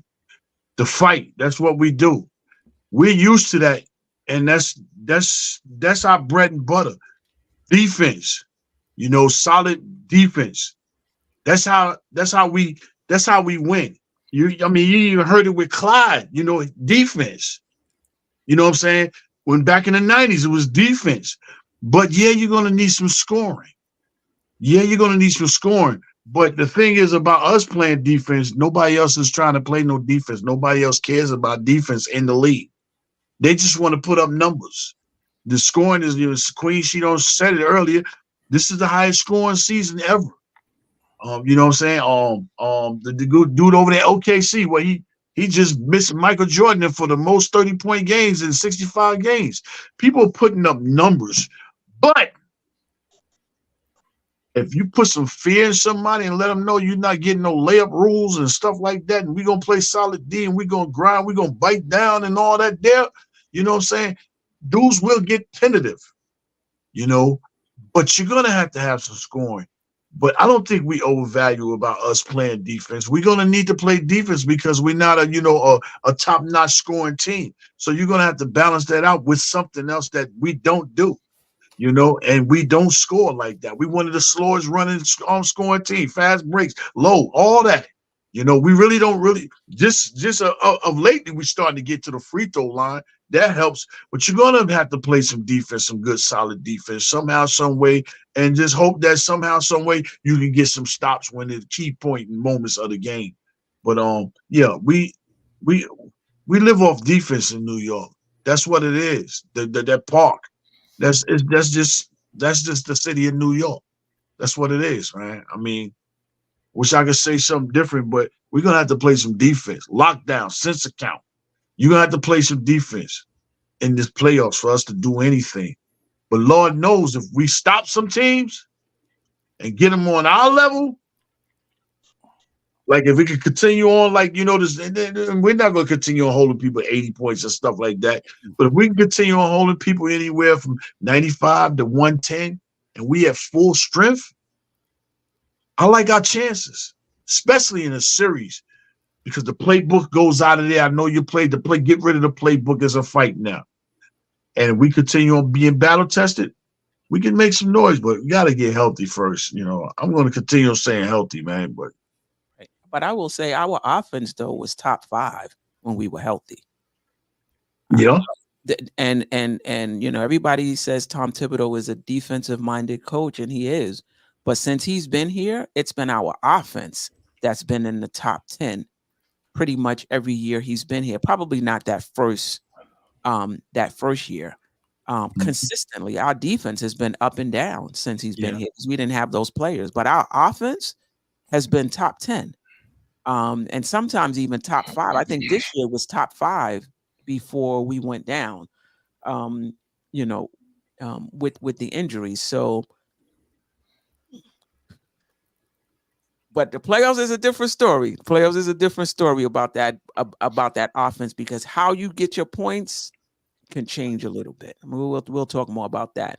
Ajay, then Freezy, then Jeff. Just in terms of are we overrating our defense and not talking enough about where our offense needs to be going into the playoffs? You know how I feel. I'm not one of those people who think defense win championships. Right? You got to be able to put the ball in the basket. Listen, you could create all the turnovers you want. You could I don't know. You could do whatever you want. But if on that fast break you can't score the ball, you're not gonna win. After the turnover, you got to be able to put the ball in the basket. Of course, you're not gonna win with 5 traffic cones out there, right? But bottom line, you got to play both. You got to play both ends of the ball. You got to play offense. You got to play defense. The league, for over, I don't know, the past 20 years, that made a conscious effort to be to have more scoring. Okay. And, they call the games that way. So we can have more, it's more exciting. It brings more fans, more people, more money. It's all about money. right? So it's more exciting for people to watch when people are scoring rather than, locking people down. You know what I'm saying? So that's the way the league is going. So you're more likely to win a championship if you have good balance offense defense than if you have stellar defense and you can't score the ball. I was watching, I don't know which game, and the commentators mentioned that since the All-Star break, we haven't had, before the All-Star break, like the teams were scoring more. Like, there was a lot more scoring. And I think the refs they are making an effort to tighten things up a little bit. Maybe, they let it fall apart too much after the All-Star game. People are like, well, what are we watching here? So maybe they starting to tighten it up. And if it's going in that direction, we're in an excellent position because we're one of the better defensive team, and we're one of the a more balanced offense defense. So if the refs are gonna start calling those games, I mean letting the team play, not calling so much against the defense, we're in an excellent position to advance or to win games if they do that. No, I don't think. I mean, some people probably overvalue defense. I'm not one of them. I think you need both a good balance on both sides of the ball in order to win games, and especially in order to win a playoff series. I think you need an okay defense, but your offense better be on point. Yep. In today's NBA, you can't be conish. Don't get me wrong, you can't be conish. But I've seen us with a top 4 defense and no offense get nowhere. So yeah, Freezy, and then I think it was Jeff. Hey, salute to Jeff, Ajay, everybody, man. Salute if I didn't say so before, man. Shout out to y'all. Bless up to y'all. I think we may overvalue defense as a fan base because in the times historically when we had winning teams, defense was our calling card. And so we reach back to when we yearn to be a winner, we reach back to something that's familiar, which was defense. But that's yesteryear, right? The 90s Knicks, that was 30-something years ago. The 70s Knicks, that was 50 years ago. In today's NBA, where the rules are favoring offensive players, you have to do what it takes to win. You got to, play by the modern standard. And so, excuse me. And so do we overvalue defense? Yes, because I think the entire league, all NBA fans now understand we're in the offensive era. But what I'm asking a Knicks fan is, when everybody else is valuing offense and skill players, why should we buck the trend and go in the opposite direction? Is that the reason why we've had a championship drought for 50 years? Because we always try to buck trends and go against the grain, as opposed to riding the wave and do what other successful teams are doing. Like, should we take the unbeaten path? Should we try to create our own path to a championship, or do what other teams are doing? And so if that's the question, if we just want to do it our way and not do it according to everybody else, then of course we're going to value defense in the offensive era. When you have 5 or 6 dudes averaging 30 points a game, when you have over 20 people average over 20 NBA players, 25 NBA players averaging over 20 points a game, why would we say go in the opposite direction and say, well, you know what, we're just going to shut all of that down, and that's how we're going to win a championship? So in that case, Queen, if you're saying, are we overvaluing defense? I think maybe so. Our main goal, and I know this is easy to say, but hard to comprehend. Our main goal should just be winning at all costs. However, whatever it takes to win, right? That's what we should be trying to do. Like, be in that place where we do whatever it takes to win every night, executing basketball fundamentals, executing offensively, executing defensively. And then at the end of the year, look back at the stats and the result and be like, oh, okay, this year we were a very good defensive team, but not because our mindset was defense. It's because we took the approach of winning at all costs, and then when we review the season, we can say, oh, it was because of defense. That's why I think we should probably be in a as a fans base. But in terms of, yeah, maybe we do. I think so. Maybe we do.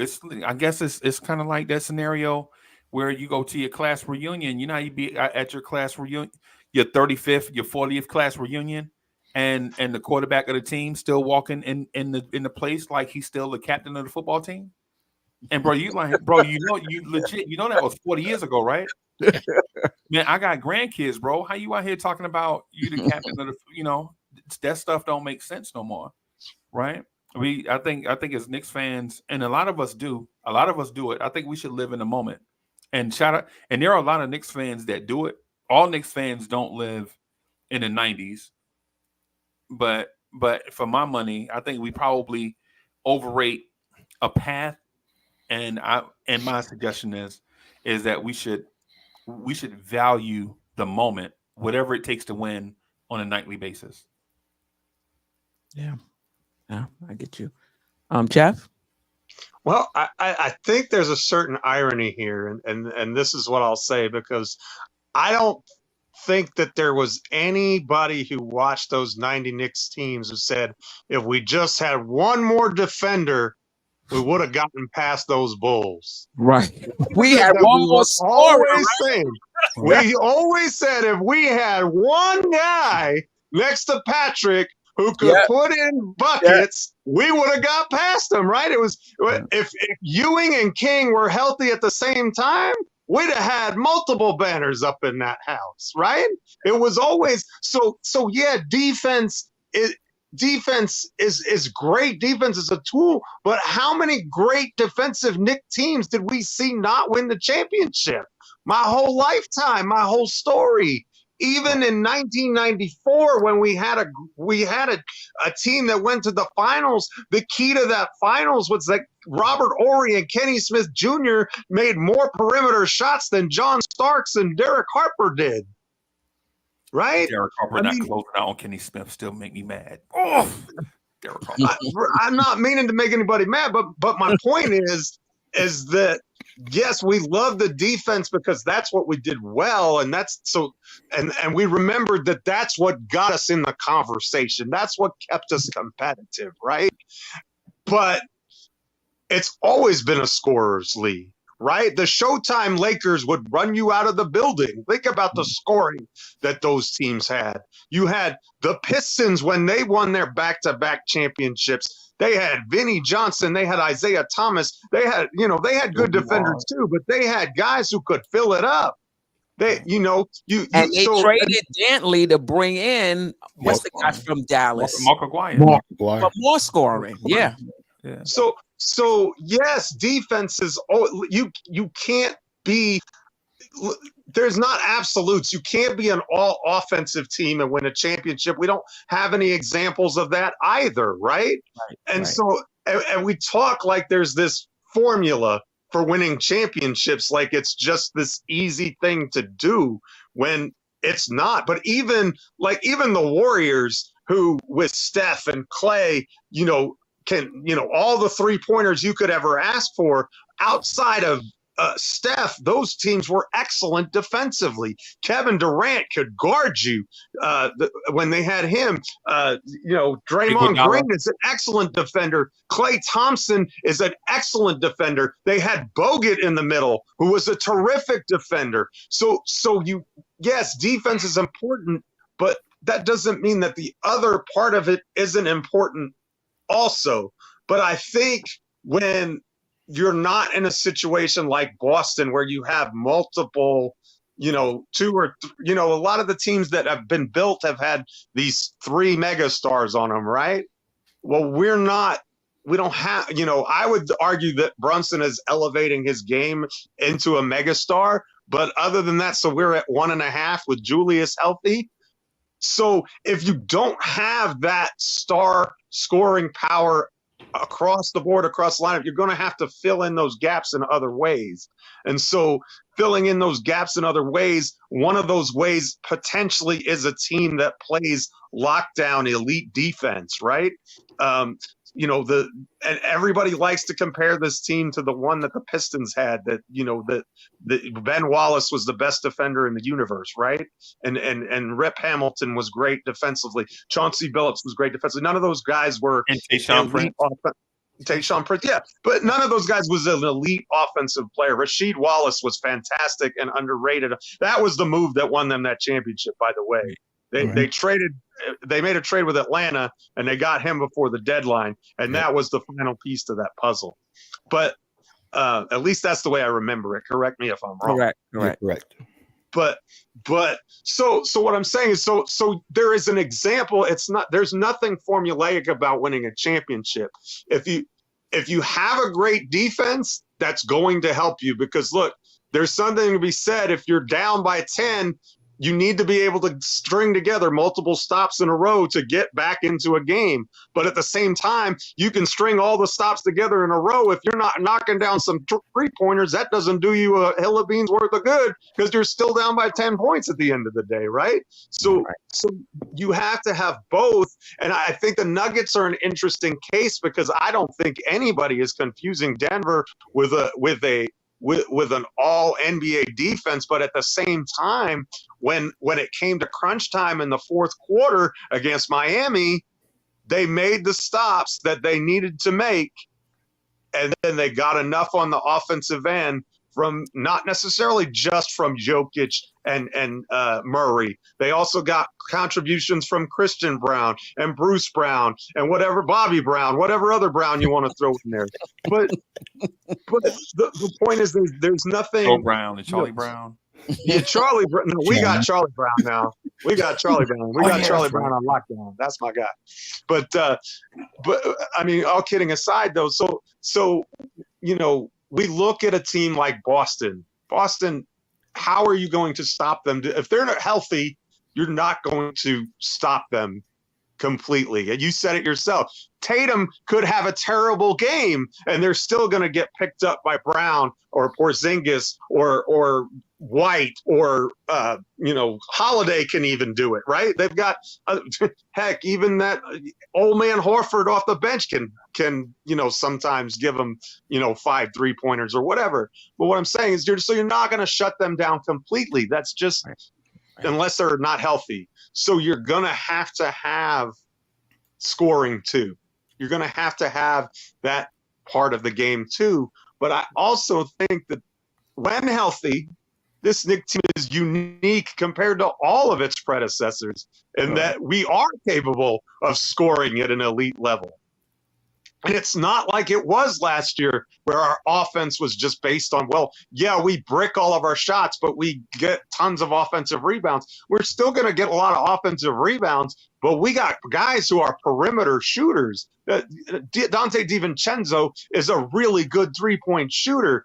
Right. Look, OG Anunoby is a really good 3-point shooter. Even Bojan Bogdanovic and Alec Burks, even though they haven't shown it right since in the 16 games they've been with us or whatever it's been, they're both good 3-point shooters. So we have, and Brunson is an elite 3-point shooter also, in my opinion. Especially, have you noticed that's another thing since Randle's been out? The quality of Brunson's 3-point looks has gone way down, as has his shooting percentage from out there. I don't think that can be underestimated. You get Randle back in the lineup, he gets more of those easy looks, right? Those catch and shoot threes. He's not getting any of those right now because nobody's able to have the gravity to draw the defense. When he gets those, he's deadly, right? And you saw that the numbers reflected that. If you look at his 3-point percentages in his games with Randle versus his games without Randle, you're going to see a stark contrast. That's not to say that his scoring has declined in those games, because he's a smart player and he's a talented player and he's found other ways to compensate for that, but he's not on the same shot diet that he was in January. Right. And so all of the pieces have to be there in order for that to be realized.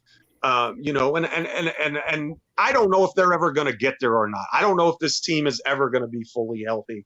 Maybe it's just negative Nancy in me, and Steph Don would probably kill me for this because he's always on me about being too negative. But I tend to think that that's not going. Just from what I've seen, I mean, the reporting with Julius's shoulder, I don't think is fantastic.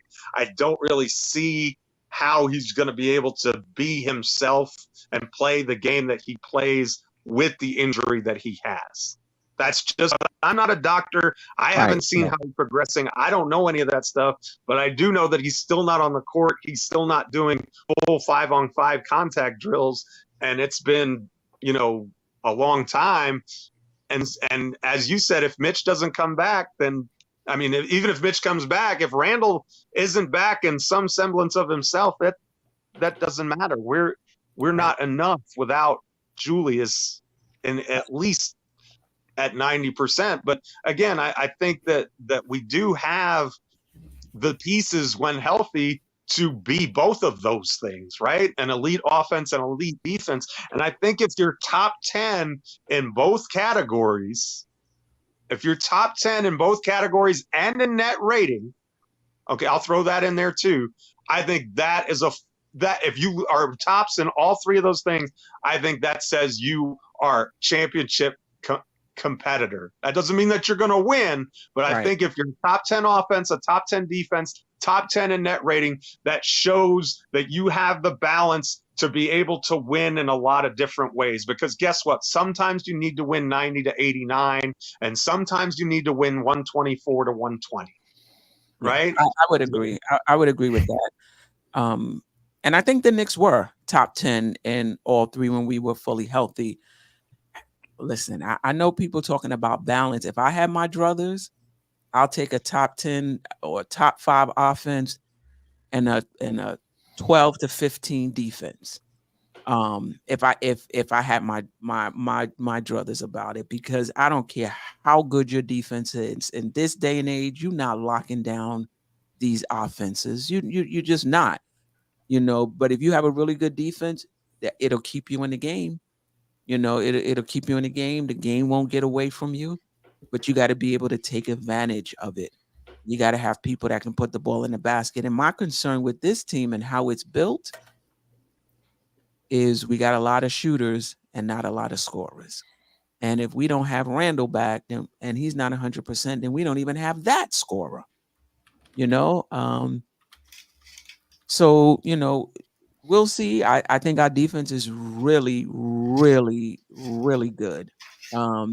I don't think we need to keep doubling down on it. I think if anything, let's bring in another scorer on this team that can get a bucket, because like Jay Boogie said, throw the playbook away. When you get into the play, throw that playbook away. Everybody know what you're doing.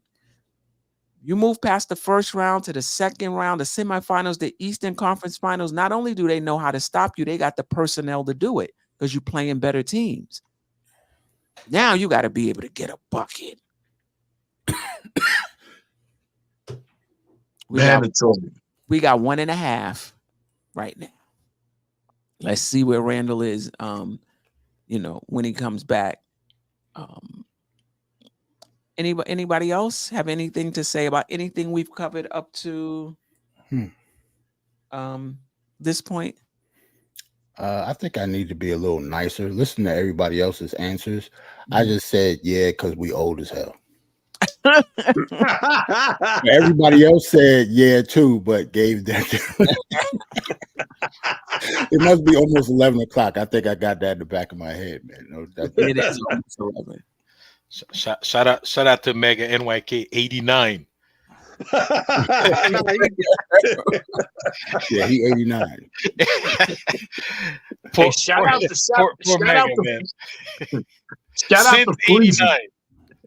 Shout out to Freezy with them Chicago Bears. I see you. Yeah, man. I see you. I know you're Bill. I see y'all. We're trying to do a little something. Little something. Yeah, man. All right. Anything else? Concerns? Yeah, you could talk about concerns if you want. About Am I the only one worried about OG Anunoby's Oh, yeah, we didn't talk about that. availability? I'm worried about the whole team's of Right? availability. But yeah, go ahead. No, I mean, we knew OG Anunoby was injury prone, and we Mhm. took. It was a gamble. It pays off when he's on the court, Mhm. but can he stay on the court? I mean, he comes back for 2 games, and we hear he game time decision or whatever it is for the 3rd game. What do you make of that? I don't know, man. Like, I think we already, like you said, we already knew he was injury prone, right? Yeah, we did. But because he put on a Knicks jersey, he wasn't supposed to be injury prone anymore. No, we knew. But listen, he's on our team now, so Mhm. we throw all that out. We all everybody's team OG.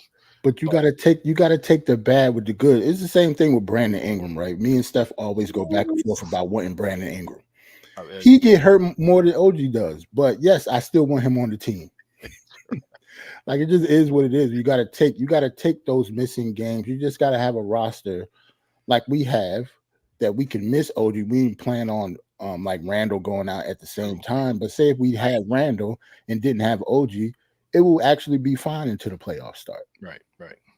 And then you know what? That's what it was. We lost Randle and OG Same around day. the same time. Then Hartenstein, we had to cut his minutes. It was more than one person. And then Brunson And a little bit of Brunson. Yep. That's true. A little bit of Brunson as well. Yeah. Yep. Yeah. Mitch was already out, so Yes, Mitch was already out. we had a lack of depth from that. Yeah. I mean, as far as the OG Anunoby thing goes, man, I think we gotta relax and gotta chill out. I think we prisoners of the moment, right? We know the dude rushed himself back from a surgery. He came back. He helped stop the bleeding, which was exactly what bringing him back early was designed to do. Right, we got him because remember the Philly game that he didn't play last Sunday. Man, it was like a stick up in there. We couldn't move a muscle, right? And then so OG comes back that Tuesday. We get a win, which was exactly what we wanted. We needed to stop the bleeding, right? OG came back a little bit early. He got dinged up. You know what I'm saying? You knew the man was dealing with the elbow thing for weeks, almost for months now, right? It's one of those things. This is going to be a part of it. When Randle gets back, it's going to be the similar type thing where every time Randle get hit on that shoulder, everybody's going to do a collective gasp, holding their breath, hoping that he didn't re-injure or anything else like that. But at the same time, as long as we're winning, then everything will be okay. It's like we're going to have to patch this thing along. And then the other thing about OG Anunoby, if OG plays 60 games a year, so what? Right? Because in those 60 games, the Knicks will probably go 40-20, right? In those remaining 12 games, if the Knicks can't go 12-10, that's not OG Anunoby's fault. Jay Boogie, you see my point, bro? If we get OG for 60 games and we go 40-20, OG help us win 40 games. And without him, if we can't win 10 or 12 out of 22 without him, that's not an OG Anunoby problem, bro.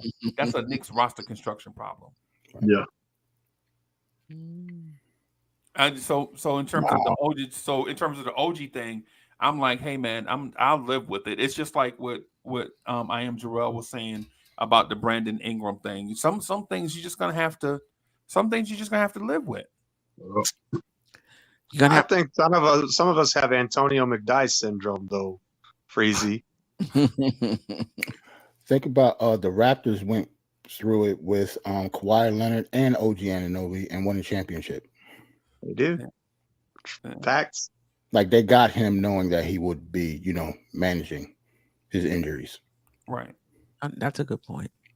Yeah, that is a good point.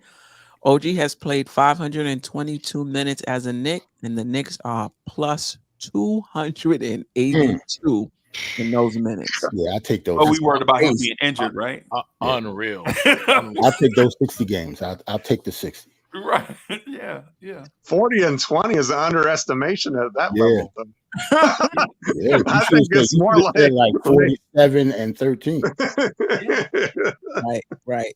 And I didn't mean, and that wasn't a shot at AJ. I'm saying, like, I think we Oh, can, no. we respectfully, we can be on opposite sides of a polarizing conversation and just have different views about what it is that we're seeing. Because I think on AJ's side is, yo, look at all the stuff that we gave up to get him, and he's not playing. And then I'm looking at the sample size of when he's playing. Look at what he's giving us when he's on the court. No, Freezy. Actually, I don't regret that deal. I have no problem with the deal. It's great to have OG. I'm just not at all.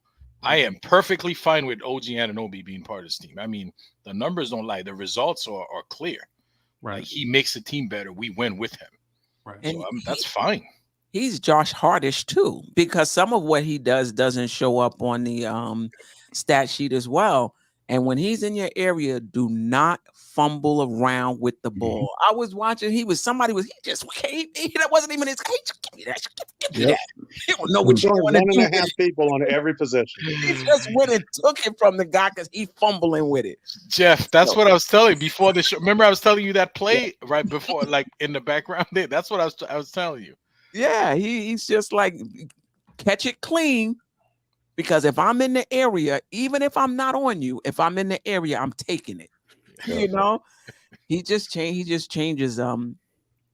things for us. And with Randle back, you added OG on top. I think that's what it was. He just changed our entire dynamic of the team when we were healthy, and we added him on top.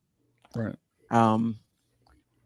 The Knicks, I think we're in 4th place, and you know, the Knicks been able to hold that 4th place despite, you know, the injuries, and that's probably because other teams weren't playing that great during that time, and their injuries as well.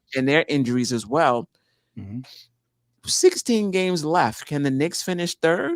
We're 3 games behind Cleveland, who's dealing with some injuries themselves. Is Donovan Mitchell back? I don't think so. And Mobley, I saw, was on the injury report, at least in fantasy. He was on the injury report. I don't know if his pride got hurt when he got dropped on that crossover. He got dropped by McBride and went on the injury report. Yeah, forever.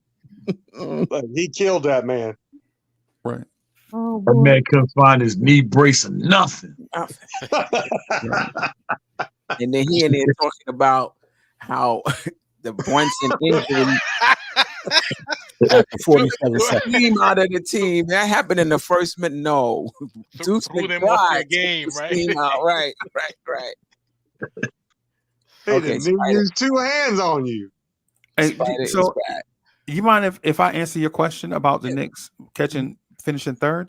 Yeah, 16 games left, 3 games behind Cleveland at this point. So we're 3 games. I'm gonna throw something at you, right? So we're 3 games behind Cleveland, right? But we're also only 3.5 behind Milwaukee. Yeah. Is it? I thought it was more than that. It's just 3.5. No, Okay. it's 3.5. Okay. It's 3.5. And what I'm gonna say is, if we get Randle back outside of the 10 game to go window, right? Because it's hard making up 3 whole games in 10 games. Right. I mean, a team has to collapse at that point in order for you to catch them. Yeah. Right. But if we get Randle back within a week or so from today, I think 3 is not out of the question, but neither is 2. And the reason why I say that is because don't just look at the Knicks' remaining schedule. Look at the remaining schedule of Cleveland and Milwaukee. I think Milwaukee has the toughest remaining schedule out of the 3 of us. Okay. Right? Yeah, and but Freezy, hang on a second, though. Let me just say, so with 16 games left, let's say we play 750 ball and we go 12-4. That's pretty good, right? Right. Like, if we go 12-4, Milwaukee just has to go 9-7, and they finish ahead of us. A half a game ahead of us. Well, not a half a game. I guess it'd be a full game since it'd be a but full season. they probably have. So I'm just saying that they only have to win 9 ball games, and they have the tiebreaker because they beat us. So, Right. so how realistic is it? I mean, I don't think it's difficult, especially if Donovan Mitchell is back, for either one of those teams to finish playing 500 ball. So you're talking about New York having to go 13-3 over the final 16. I love our Knickerbockers. I just don't see that with the way that we're at a place. Yeah, I'm sorry. We're at a place where this is the bed we made for a number of reasons, mostly injuries, right? This is the bed. These are the cards we're dealt at this point. So when you tell me that, I understand that what I'm talking about is an unrealistic expectation. But the way I received the question is, can it happen? Right. And so understanding how the question was posed in my mind is can the Knicks get hot down the stretch? Can the Knicks go on a 12-13-3 run down the stretch? Well, Mr. Jeff, we saw a stretch of games like that in January with the addition of OG Anunoby. So we've already seen this team do it, right? And now, is it likely to happen again? I would say, in my mind, I think it's unlikely that it happens again. But if you ask me if there was a precedent this season, then I would say, well, you know what? We had a similar stretch in January.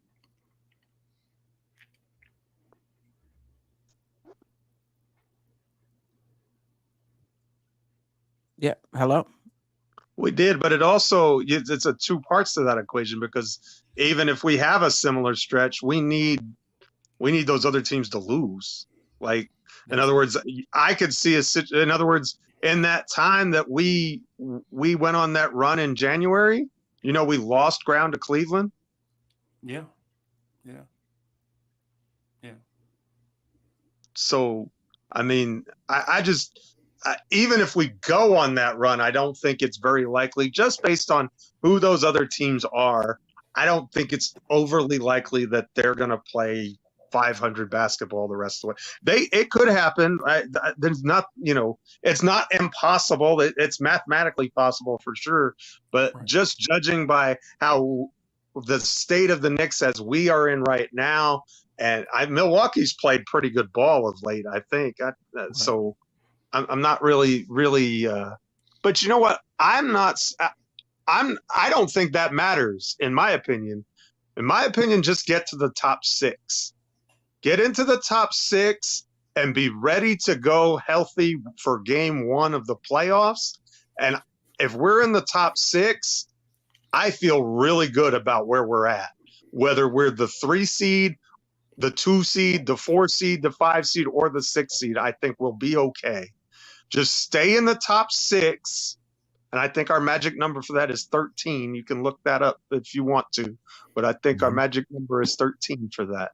But if we stay in the top 6, I'm confident with what we have the rest of the way when we get to the playoffs. And if we can come back healthy, I think we've got as good a shot as anybody. And I think that's what we should aim for, as opposed to saying, well, we need to aim at 2 and aim at 3. I don't think those things are necessarily likely. I think, if we could stay top 4, that'd be great, because that means we have home court advantage.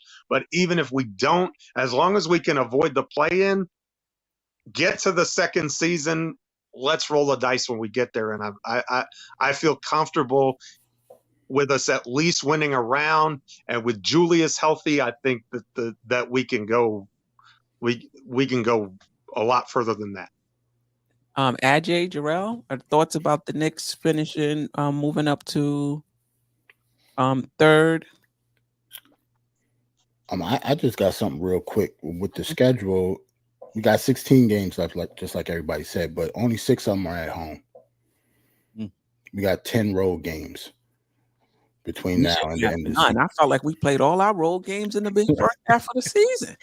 Right. So we actually have 10 to 6 is the road to home split. So it's gonna be pretty tough. But like Freezy said, it's doable, but just it's not impossible, but it can happen. Let me tell you something. If Randle come back and Mitch come back, we running the table. No. I think it would have Sign me to up, be. Queen. It would have to Sign be me up more. today. We running the table. It would have to be more than them just coming back. At what capacity are they coming back? Like especially when Right. Especially Mitch usually comes back. It takes him some time to get into shape. And Randall, who knows if he's going to be able to, But with Mitch, as well as Hartenstein's been playing, even if you're just getting 12 to 14 minutes a night, because we could even play three centers with as good as Precious has been. So I think even if you can just inject Mitch in for 10, 12 minutes and let him do his thing in that time, especially against backups, I think I think you could see a definite boost to our team even with that. And I guess I have to say that as vice president of the Mitchell Robinson fan club, that's my duty and responsibility, or staff would fire me. So I had to get that out there.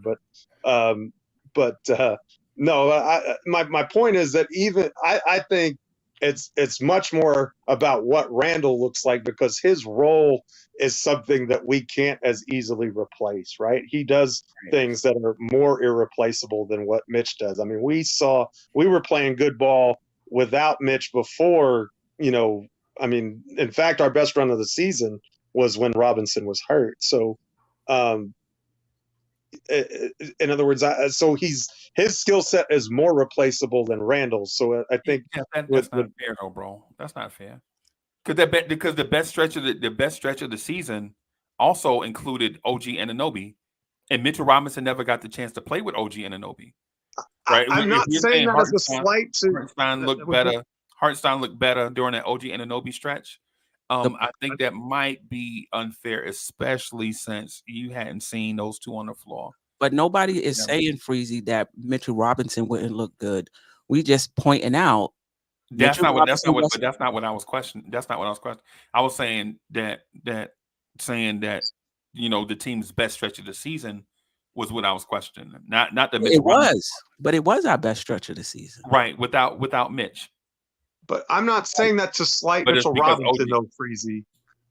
I'm not saying that to slight Mitchell Robinson as much as I am saying to point out that even if Mitch's role is diminished, if he can just give us 12 minutes, I think that, while he gets back to full speed or full strength, I think that's okay, as opposed to not having Randle at full strength is a bigger problem in my perspective. In other words, the way the roster is constructed, Mitchell Robinson is more of a luxury at this point, in my opinion, because you get good minutes from Precious Achiuwa, and he's shown that he can play the 4 or the 5. When Isaiah Hartenstein is out there, he's proven that he's more than capable of doing at least what Mitch does, if not more. I know they're not the same player. And look, I'm a Mitchell Robinson fan. You don't have to. You don't have to speak to me about what he can do on the court. And I think when he's healthy, there's a world of potential that's amazing with him and OG Anunoby. But that's not what I was talking about when I was referring to the best stretch of the season or anything like that. All I'm saying is that just because of who they are and what they do for this team, Robinson is a lot more of a luxury than Randle is. Right. Randle is a necessity if we're gonna hope to go anywhere in the playoffs. Yeah, because we haven't played well without Randle. The Hartenstein thing to me is questionable, because we're legit saying Hartenstein on a sore Achilles is going to be more valuable than a fully healthy Mitchell Robinson. But Mitchell Robinson is not fully healthy. He will be when he comes back. No, he won't. He's not going to be fully healthy. Why would he? Okay. When Randle came back from his ankle injury, was he fully healthy when he played the beginning of the season? Right. But Randle was out for the entire summer and was rusty. You don't think so will Mitch be? He just had foot surgery, Freezy. Okay. All right.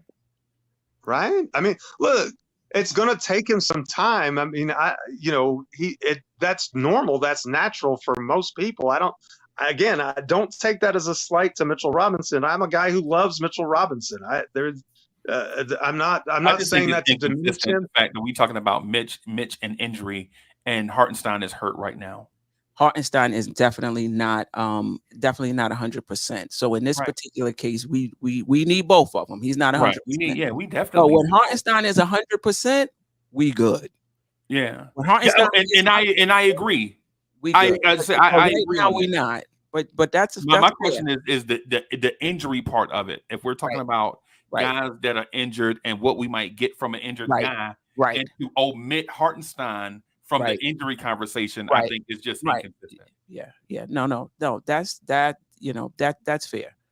And hopefully, Hartenstein has been looking better. They still keeping his minutes at 24. Hopefully in the playoffs that'll go up. Because I personally don't like Precious Achiuwa at 5. I just think there's just no rim protection. The rebounding is okay, but I'm not a big fan of Precious at the 5. But we may have to go with those small ball lineups, and we have been going with those small ball lineups. But I'm not a big fan. I think he's perfect behind Julius Randle. Perfect behind him. But at this point, we got to piecemeal some stuff in. And hopefully we can get 48 healthy minutes between Mitch and Mitch and Hartenstein. If we do, that's massive. Right. That is huge. Both healthy, that's huge. We'd have a clear advantage of any playoff team if both are healthy and we're getting 48 minutes of them combined. I think that plays into our hands against any team in the Eastern Conference. Listen, when you play, the thing about those two guys is they defensively out on the perimeter. I'm not that's not either one of those guys' forte. But you got Precious if it gets to that point that you can put him out there if you need to, with Porzingis or whoever. That's up to Thibodeau to take advantage of the roster that he has and make those necessary changes.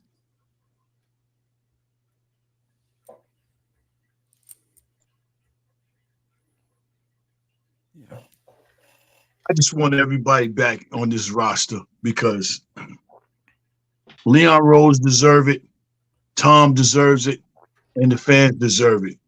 We all got so much hope, and first thing we get to yelling a month and a half ago, 2 months ago, the Eastern Conference Finals. That's all we talked about. I just want everybody to be healthy. But trust him, Lee, we're going to need Mitch to come back and be healthy. Hartenstein, he's done a great job in his absence and everything, but you're going to need him because that Achilles that he got going on right now, he's caught in between playing hard and at the same time trying to be tentative because I know that bag is in my face. I've never been in this position before. That plays a part in Bunk's game. Yeah. If people realize that or not, you know what I'm saying? That guy knows that he's up for that bag and he can get some money. But if that thing if it pops, it's Reynolds. That means he's a 1-year guy. That's it. For the rest of his career. Yeah, so you're not getting ready to get Hartenstein's whole complete full body of work as we was getting before he got injured. Right. I just, wanted to throw that out there. So that's why me feeling we need Mitch back to be healthy when he comes back. You know what I'm saying? Whereas Hartenstein don't have to feel like he being pressured to be in that position. You can play and play. You know what I'm saying? But that extra Hartenstein that we was getting, that Iron Man, that Terminator that we had going on, man, he was giving us his all. And I hate that he's in this position right now because he doesn't deserve that hard as he's worked to be in this position, for a first time to get a check. And you got people out there that's going to throw that bag at him. Yeah. OKC, San Antonio Spurs. You know what I'm saying? Them people got money. You know what I'm saying? And they seen that guy's work, but I just want everybody to be back healthy, man. Yeah. Yep. Anything else? Hey, can I ask you a question just real quick? Because I gotta get out of here because I got like a ton of other things I want to do. Just real quick. I want to ask you a question because I noticed that you do a great job of asking questions and forcing everybody on the panel to think analytically and think deeper than we otherwise would as homers and general Knicks fans, right? Let me ask you this question. Mhm. Do you feel like the Knicks, fully healthy, have a star player, a player on this roster that can carry us in those clutch moments needed in order for the Knicks to win clutch games, like in a second round game 7, Eastern Conference game 6, a game 5 at home in the NBA Finals where we're up by 3 with 6 to go and we need somebody to carry the load? Do we have that player on this team? I do believe Brunson is that guy. I do believe it. But I will also say this. You don't always have to take the shot. Right. You don't always have to take the shot. You know, they keying on you. You know, they're going to draw the attention. The ball is in your hands. I trust him to make the right decision, whether he's going to take it himself or whether he's going to pass it out. But I do think he can. Obviously, if they double team him, he's going to have to pass it. That's what any of those guys, Playmate. right? Yeah. If you double team Tatum, you know, hopefully, you know, usually He's he's gonna going to pass or something. right. But I do, and that's kind of why I like our chances in the playoffs, because you need a clutch guy. You're just not getting out. You're just not moving on if you don't have a clutch guy. If Brunson proves, or whatever Nick, if a Nick in general proves that to you, this on this playoff run that we're about to embark, right? Do you still search for a guy this summer? I'm Sure. of the opinion, and I know people disagree with me, I'm of the opinion that we need one more bona fide scorer. Maybe that'll be OG. Maybe he'll turn into that over the summer. Maybe he already is, and I just haven't seen enough of him. But I think we need one more bona fide scorer on this team. So, yes. I would say yes. Okay. Well, Queen Bee, thank you for having me. I'm gonna get out of here and work on some stuff. Y'all make sure y'all go to YouTube Music and find J-Boogie the Closer. Subscribe to his YouTube Music channel so that you'll be alerted anytime J Boogie drop new music. J Boogie got 2 joints right now, one for Clyde and one for Mike Breen. If you're a fan, Oh yeah, I want to play the one. I have the one for Frazier. yeah, it's Load it up. And so if you're a fan of hip hop, if you're a fan of J Boogie, if you're a fan of the Knicks, if you're a fan of Mike Breen and Clyde and everybody else, make sure you follow J Boogie on all his social media platforms. You know, keeping tabs on a celebrity star type dude is not easy. So J Boogie puts stuff on social media. So make sure y'all follow him, and then make sure you subscribe to YouTube Music and keep an eye out for all the stuff he's dropping in, because he's doing that for y'all. Like J Boogie ain't doing this for himself, man. He doing this for the Knicks culture, so we can keep pushing this thing forward, so we'll be able to pass something from one generation to the next. So, but on that note, I'm out of here. Hey, I am Jarrell. Thank you for not chopping my head off. Ajay, thank you for telling everybody to hit the like button. Jeff, thank you for the stimulating conversation. Per the usual, you always be great, man, with breaking down points and all that stuff, man. Great job. Queen Bee, listen. Hey, J Boogie, we gotta go to a game sometime this year, bro. Anytime you ready, let me know. Hey, I'm in Miami, easy April 2nd. Where is it? I'm at the Miami game April 2nd. Miami. In Miami. That's my birthday. I'll be in Miami from that Friday through that Wednesday. But I'll be at the Knicks game that Tuesday. Oh, y'all, hey, Miami, y'all get ready. We might come through Miami. Hey, yo, Freezy lit up when you said baby. Freezy whole demeanor changed when you said Miami. Anybody in Miami want to meet me for dinner before the Miami game or come to the game? Let me know. I'm in there.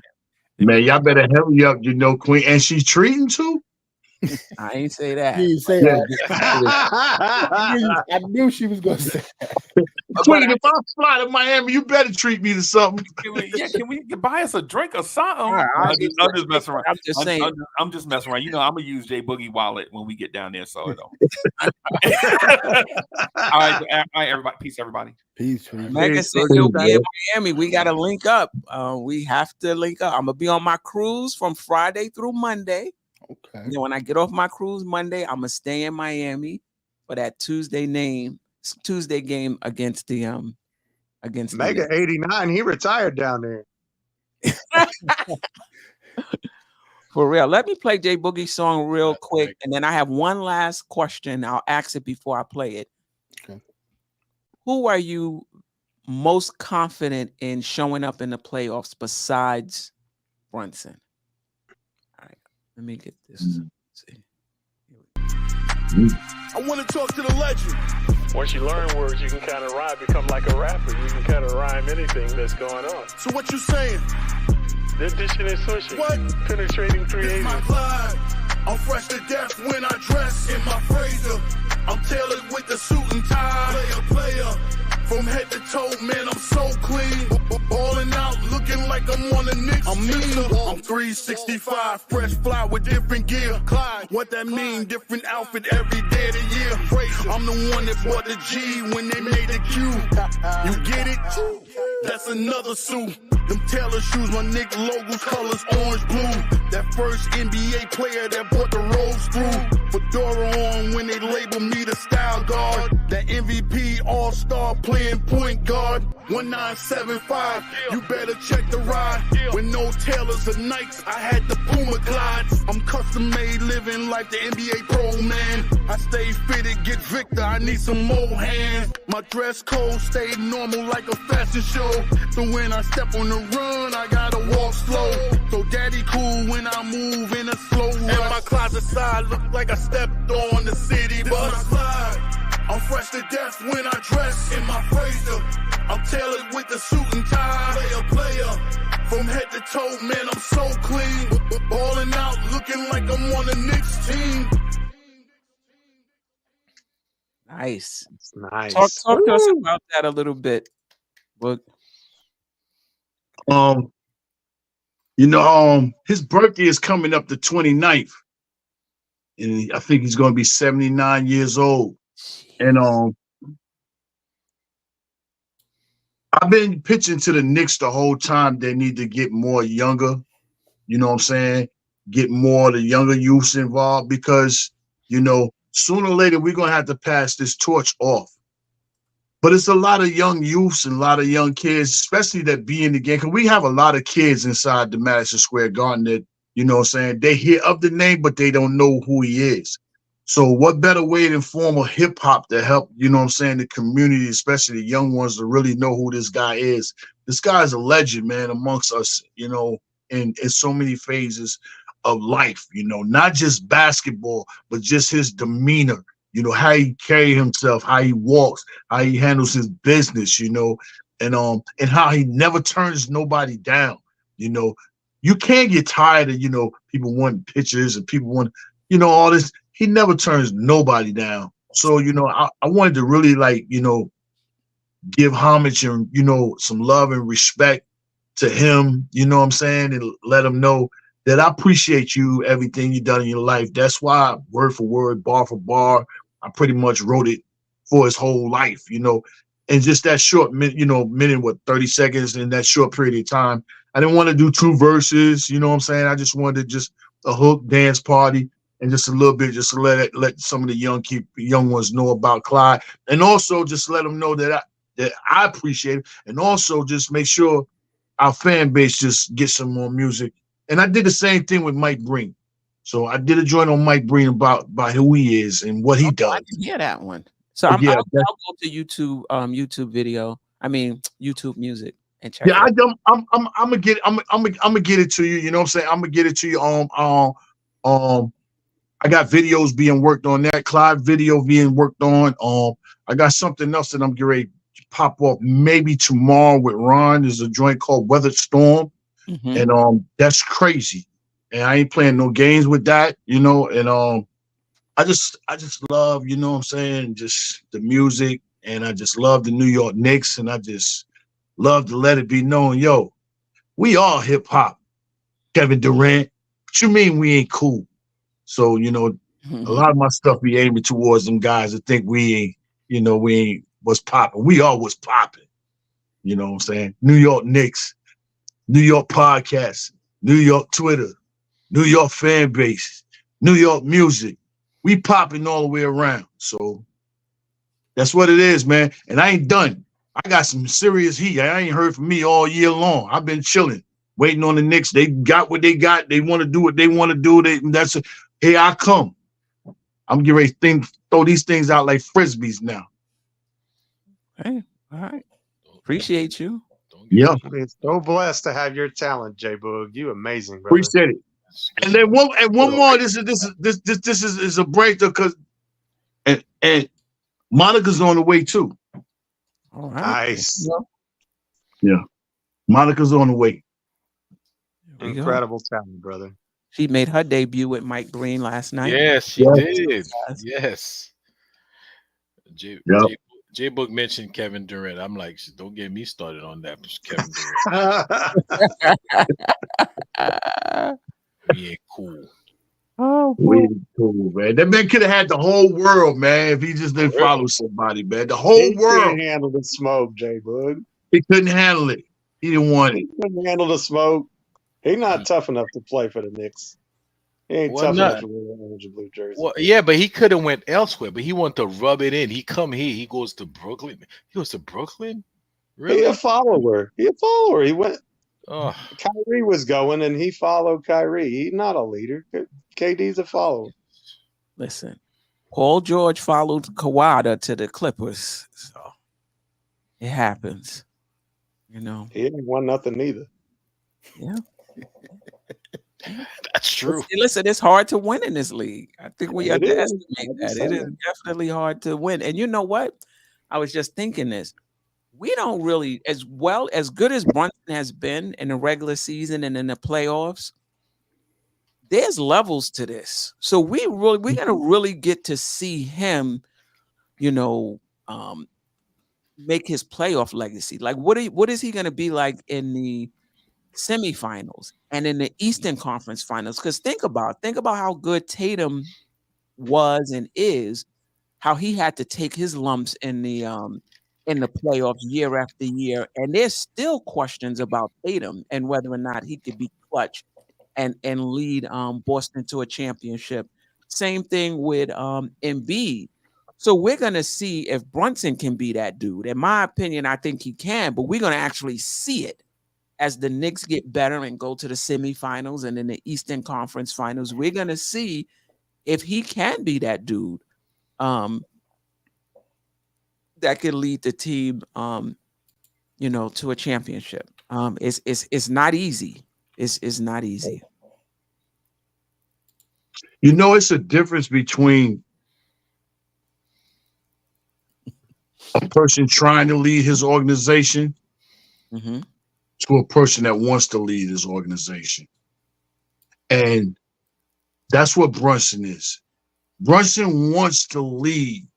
And I'm not just going to say, Brunson wants to lead this team to the proper standard where we all want to be at.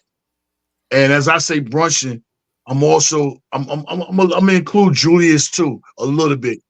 Julius wants New York to win a championship bad, and he wants to be a part of it.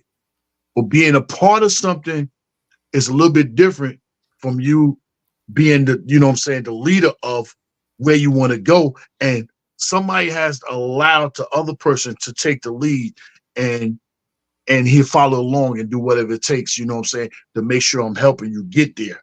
And I just believe Jason Tatum going to go by the highest paid player that never did it. That's what I think. I think he's going to get that humongous check this season, which is going to beat Jalen, and they're not going to win it.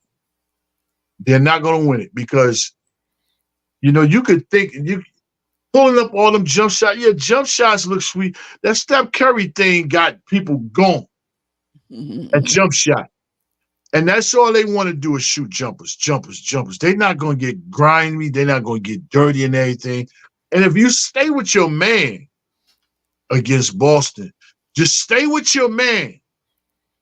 You have a better chance at beating Boston because it's the second, third, and the fourth pass. They create, but when they go into the hole, they're looking to pass the ball. They're passing the ball all the way around the perimeter.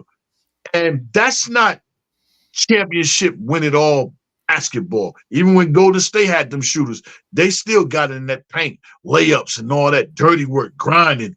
They did all that. And I just don't see Boston. I looked at them against the Denver Nuggets, and I said, God Almighty, they might be going back-to-back. Mel Gibson, Danny Glover.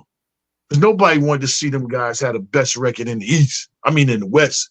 And they got home court advantage now. You got to go to Mile High. I don't think teams can go to Denver and win twice. They might can win once, but I do know that Denver is good enough to go in your gym and win that game back. But you're not going in there twice and beat them. I don't think so. But Brunson, he wants to win. And being here, you don't think Tatum wants to win? I ain't say he don't wants to win. I don't think I'm not saying he don't want to win. Oh. But I know Brunson wants to win it here. Right. Compared to, going anywhere. Because he knows what this would mean as far as his legacy coming from high school to college. He's too small. He can't do it. Don't play D. He ain't fast enough. Second rounder. Maybe Kimball's in bits. Turn that down. Came over here to New York. Oh, man, we overpaid him. What you mean? He should have been 2 years straight all-star here in New York. Don't forget, since he left Dallas, they ain't been in the playoffs. And when he was over there, he led them really to the Western Conference. And he came over here his first year. He led us, to the second round. Real close to being in the Eastern Conference his first year. So, great man. Rick Brunson, you done a great job with him, bringing him up, and for his heart. That's what kids need to be watching and seeing in basketball. You know what I'm saying? Hard work beats talent when talent don't work hard. Always know that. Hard work beats talent when talent don't work hard. And that man, they steady showing you the footage of him in the park. Do another one. Do it again. He working. Yo, put his hand, didn't want to do it. Rick ain't let up off him, and it's showing right here, right now. And I'm glad, so happy that he's getting his due diligence in the biggest market it is. And I keep saying, when it comes to that bag, he gonna take a New York Knicks. I'm gonna look out for you, deal, only if you got the right pieces around me. If not, let me get my whole bag. Because he want to win a chip here. Just like a lot of ball players should have want to win a chip here. That's what your legacy will be. Be crazy out the water. You win a championship here in New York. Long as we ain't win a championship.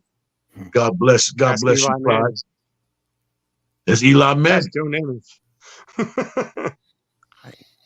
They got Eli Manning on the bench with Melo drinking Coronas now.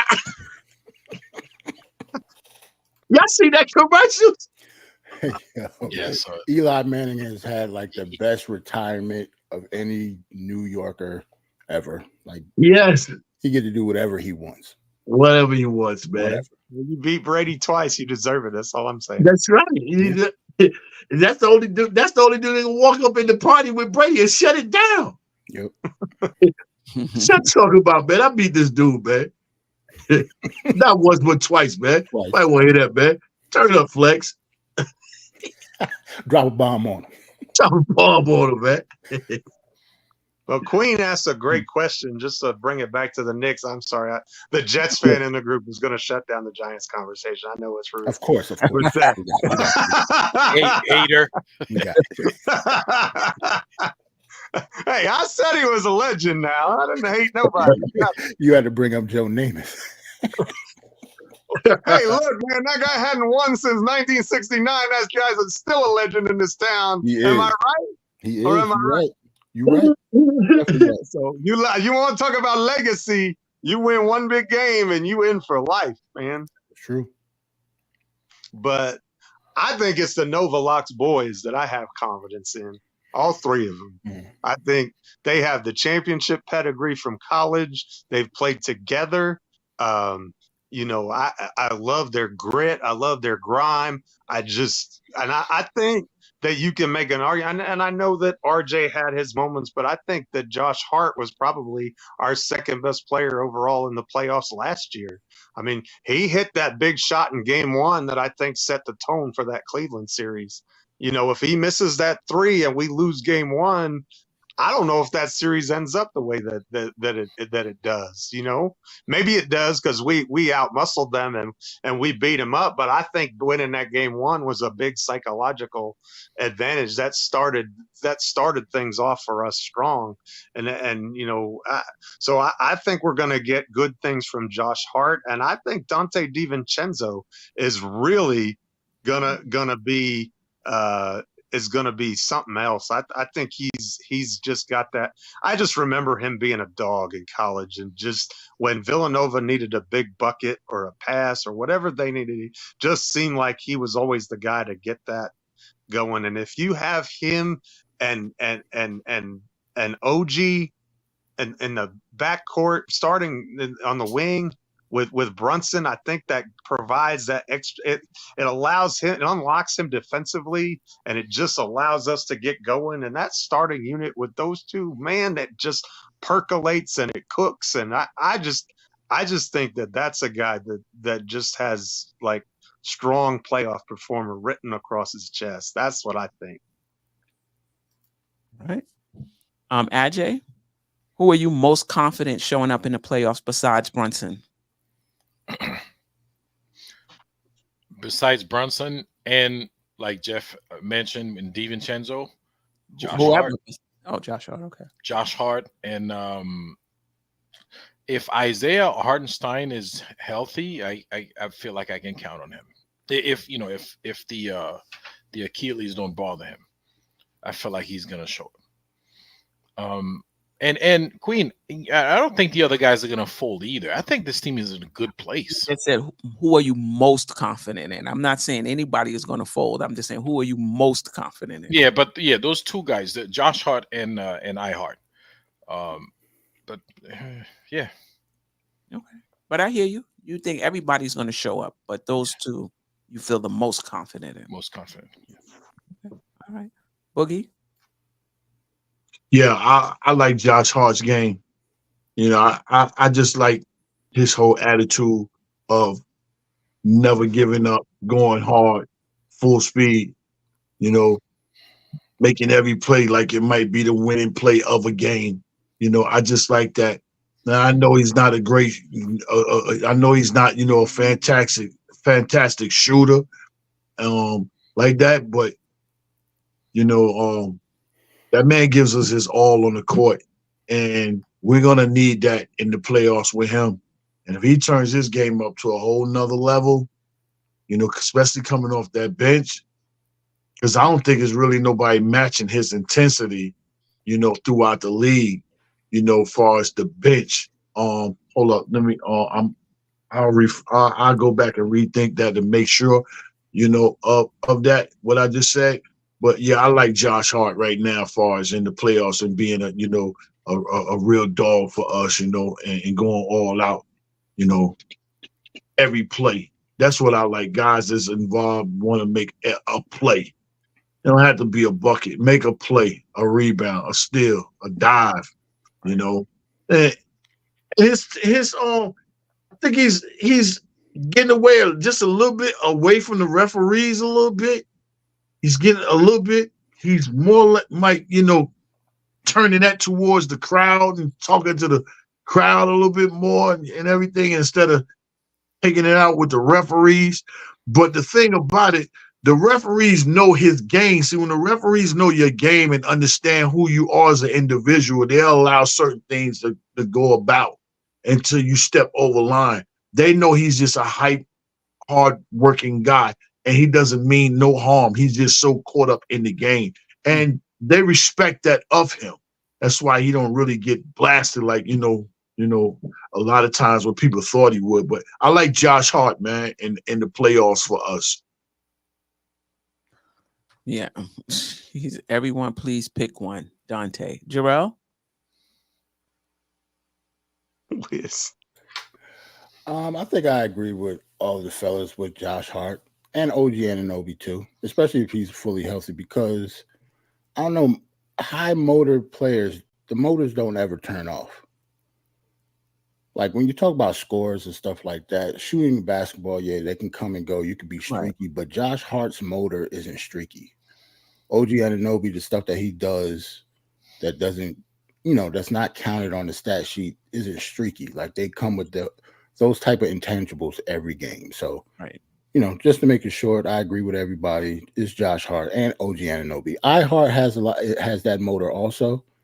So I put number one as Josh Hart, but all three of them are like a high motor players, and that will never go away. Deuce McBride is one of those also, but his shot and his shot and his youth.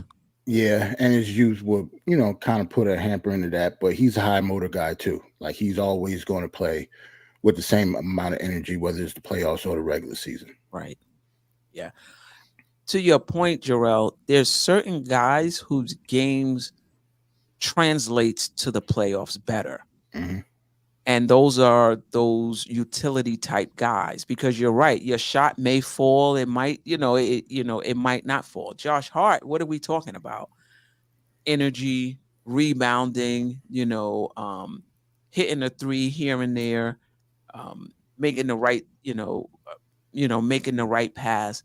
The thing about him too, he's also mentally tough, because you can be a Josh Hart, and if you're not mentally tough, you can, try to make a pass and throw it out of bounds. You know what I mean? Because you just, the moment is too big for you. I just don't see it happening. I just, Josh Hart is the person that I think that we're gonna see the same thing in the playoffs that we're seeing in the regular season. And quite frankly, to Ajay's point, this team is not a young team anymore. Most of these guys have been to the playoffs, have been in the league for 3, 4, 5, 6, 7 years, mentally tough. Not like last year when we were going in with a lot of young players. I don't really see, maybe McBride is still growing, as far as performing in the playoffs, and that's fine, for young players. But no. But we're not counting on Deuce. I mean, if Deuce is not having a good series, he's just going to get parked on the bench, and we're going to play somebody else. I mean, there's no guarantee Deuce is going to be in the playoff rotation if we're fully healthy anyway. So, I mean, I think so at this point, Jeff. I could see a world where he's not. Okay, who would be your 4 coming off the bench? Well, so everybody's healthy, right? Everybody's healthy, yes. Everybody's healthy. So my 4 coming off the bench is going to be Mitch at the 5. You're going to have Precious probably at the backup Randle, right? Mm-hmm. And then, he might get minutes. He might. I'm just thinking, but Josh Hart's probably going to be moved to the bench. That's true. So Josh Hart would definitely be, yeah. And so if you're going to give him those backup minutes at the 1, I could see it, but matchup dependent, I could see Tibbs, even though he hasn't played well, I could see Burks or Bogey getting in there just because they have more playoff experience, depending on matchups and everything else. I think that Deuce has earned the right to be over those guys, but I could definitely see a world where he does. That's what I'm saying. I don't know that in other words, if he's in there, let's say games 1 and 2, he's in there and he doesn't play that well, I don't think Tibbs is going to hesitate to say, okay, Deuce, you're just not ready. We're going to go with somebody else. because I don't think his role is going to be that big anyway. I think, if he does get, there's a difference between being a rotational piece and getting in the game. You know what I mean? And I think come the playoffs, that rotation is going to get smaller. I know AJ says it's going to be 10 guys and all that other stuff. There's 9 guys that's going to play. It's not always going to be the same 9 guys. But I could definitely see him squeezing it a little bit more, even squeezing it down to 8, because a lot of coaches do. And so, and again, Deuce is not a point guard, so he's not really providing, Brunson that release or relief, at the 1. So, he's a really good defender. But I can definitely see a world where he doesn't get a whole lot of minutes come the postseason. Let's just put it that way. Right. Now, Coach, who are we playing? Hart, Hart, Deuce, and Precious are situation. Who's left? I know. The Toppins. Hart's not situational. Queen, nobody on that. Queen, I wanted to mention real quick in terms of who's guaranteed to show up in the playoffs. If Julius Randle is healthy, he's going to show up. I mean, I think this is the year. If he's healthy, if he's fully back and playing, I think this is the year he breaks through, man, in the playoffs. But along with you saying that, this is not his excuse playoff neither. This is not an excuse for you that, if you don't show up, that it's injured. It's the injury. Right. If you got the ball, if you're going out there, or don't ball at all. We don't want you to come back and you can't go. We want you to come back and you can go. But we don't want to, what I'm saying, the people to get, because he was hurt. You know what I'm saying? That's why he ain't do this, he ain't do that. Nah, man. We need you to put up and play hard, or really not play at all, because you're only going to hurt the team. But I'm starting him off inside in the small things, like I said earlier. And you set this hard body pick and stuff like that. That's what you need. Because, he like to lean his shoulder into people when he get ready, do his little 1-2 and his jumper and all that. I need you to go through the proper things that are the bully part of your game to make sure that you're healthy. And if you can't get through that, then he's not there. AJ, who's your 4? Coming off the bench? Or you like to say 5. Yeah. Who's my 5? Exactly. But who's back, though? Is Randle and Mitch back? Everybody's back. Everybody back? So, Josh Hart, Hart, Precious, Deuce. That's 4. And no, I'm Jarrell. Can I think about it? She asked you. He asked me 4. What are you talking? You thought about it. That was 4 all this time. No, I think I'm missing somebody. Bojan. Okay, yeah, Bogdanovich. But I'm looking at positions, because now, if Mitch is back and Hart he's the backup 5. Then you have Precious and Bowen as backup 4. So I don't know. Maybe they play Bogdanovich at the 3. Yeah, I don't 3 or 4. He could be a 3 or 4. Okay, so then all right. So then Bogdanovich. Yeah. So Birch gonna be hanging out with Jacob Toppins. And and the situational would be, to me, the way Burks is playing right now, I wouldn't even put him. I actually, in a playoff setting, yeah, he probably would, because of his experience. So he's not going to fold under pressure. Or we forget Shake Milton. He's not even under pressure right now, and he's folding. Right. No, he's getting acclimated. He's getting comfortable. Listen. I'm not making excuses for Burks. I have no problem. He should, like I said, his time on the court should be measured in seconds, not minutes. Like, he should play 8 seconds at the end of the game, like that last possession. The thing about it, because of the flexibility, if a player, if the playoffs, if they're having a bad game or it's too intense for them, we have options. That's what I love about this team. right now. I mean, I've said this many times before the trade. I was a little concerned going into the playoffs with McBride and Grimes as our primary scorers off the bench, because Hart is not really a scorer. He's an all-around player. So before the trade, that's who we was counting on to score for us. After the trade now, if McBride scores for us, great.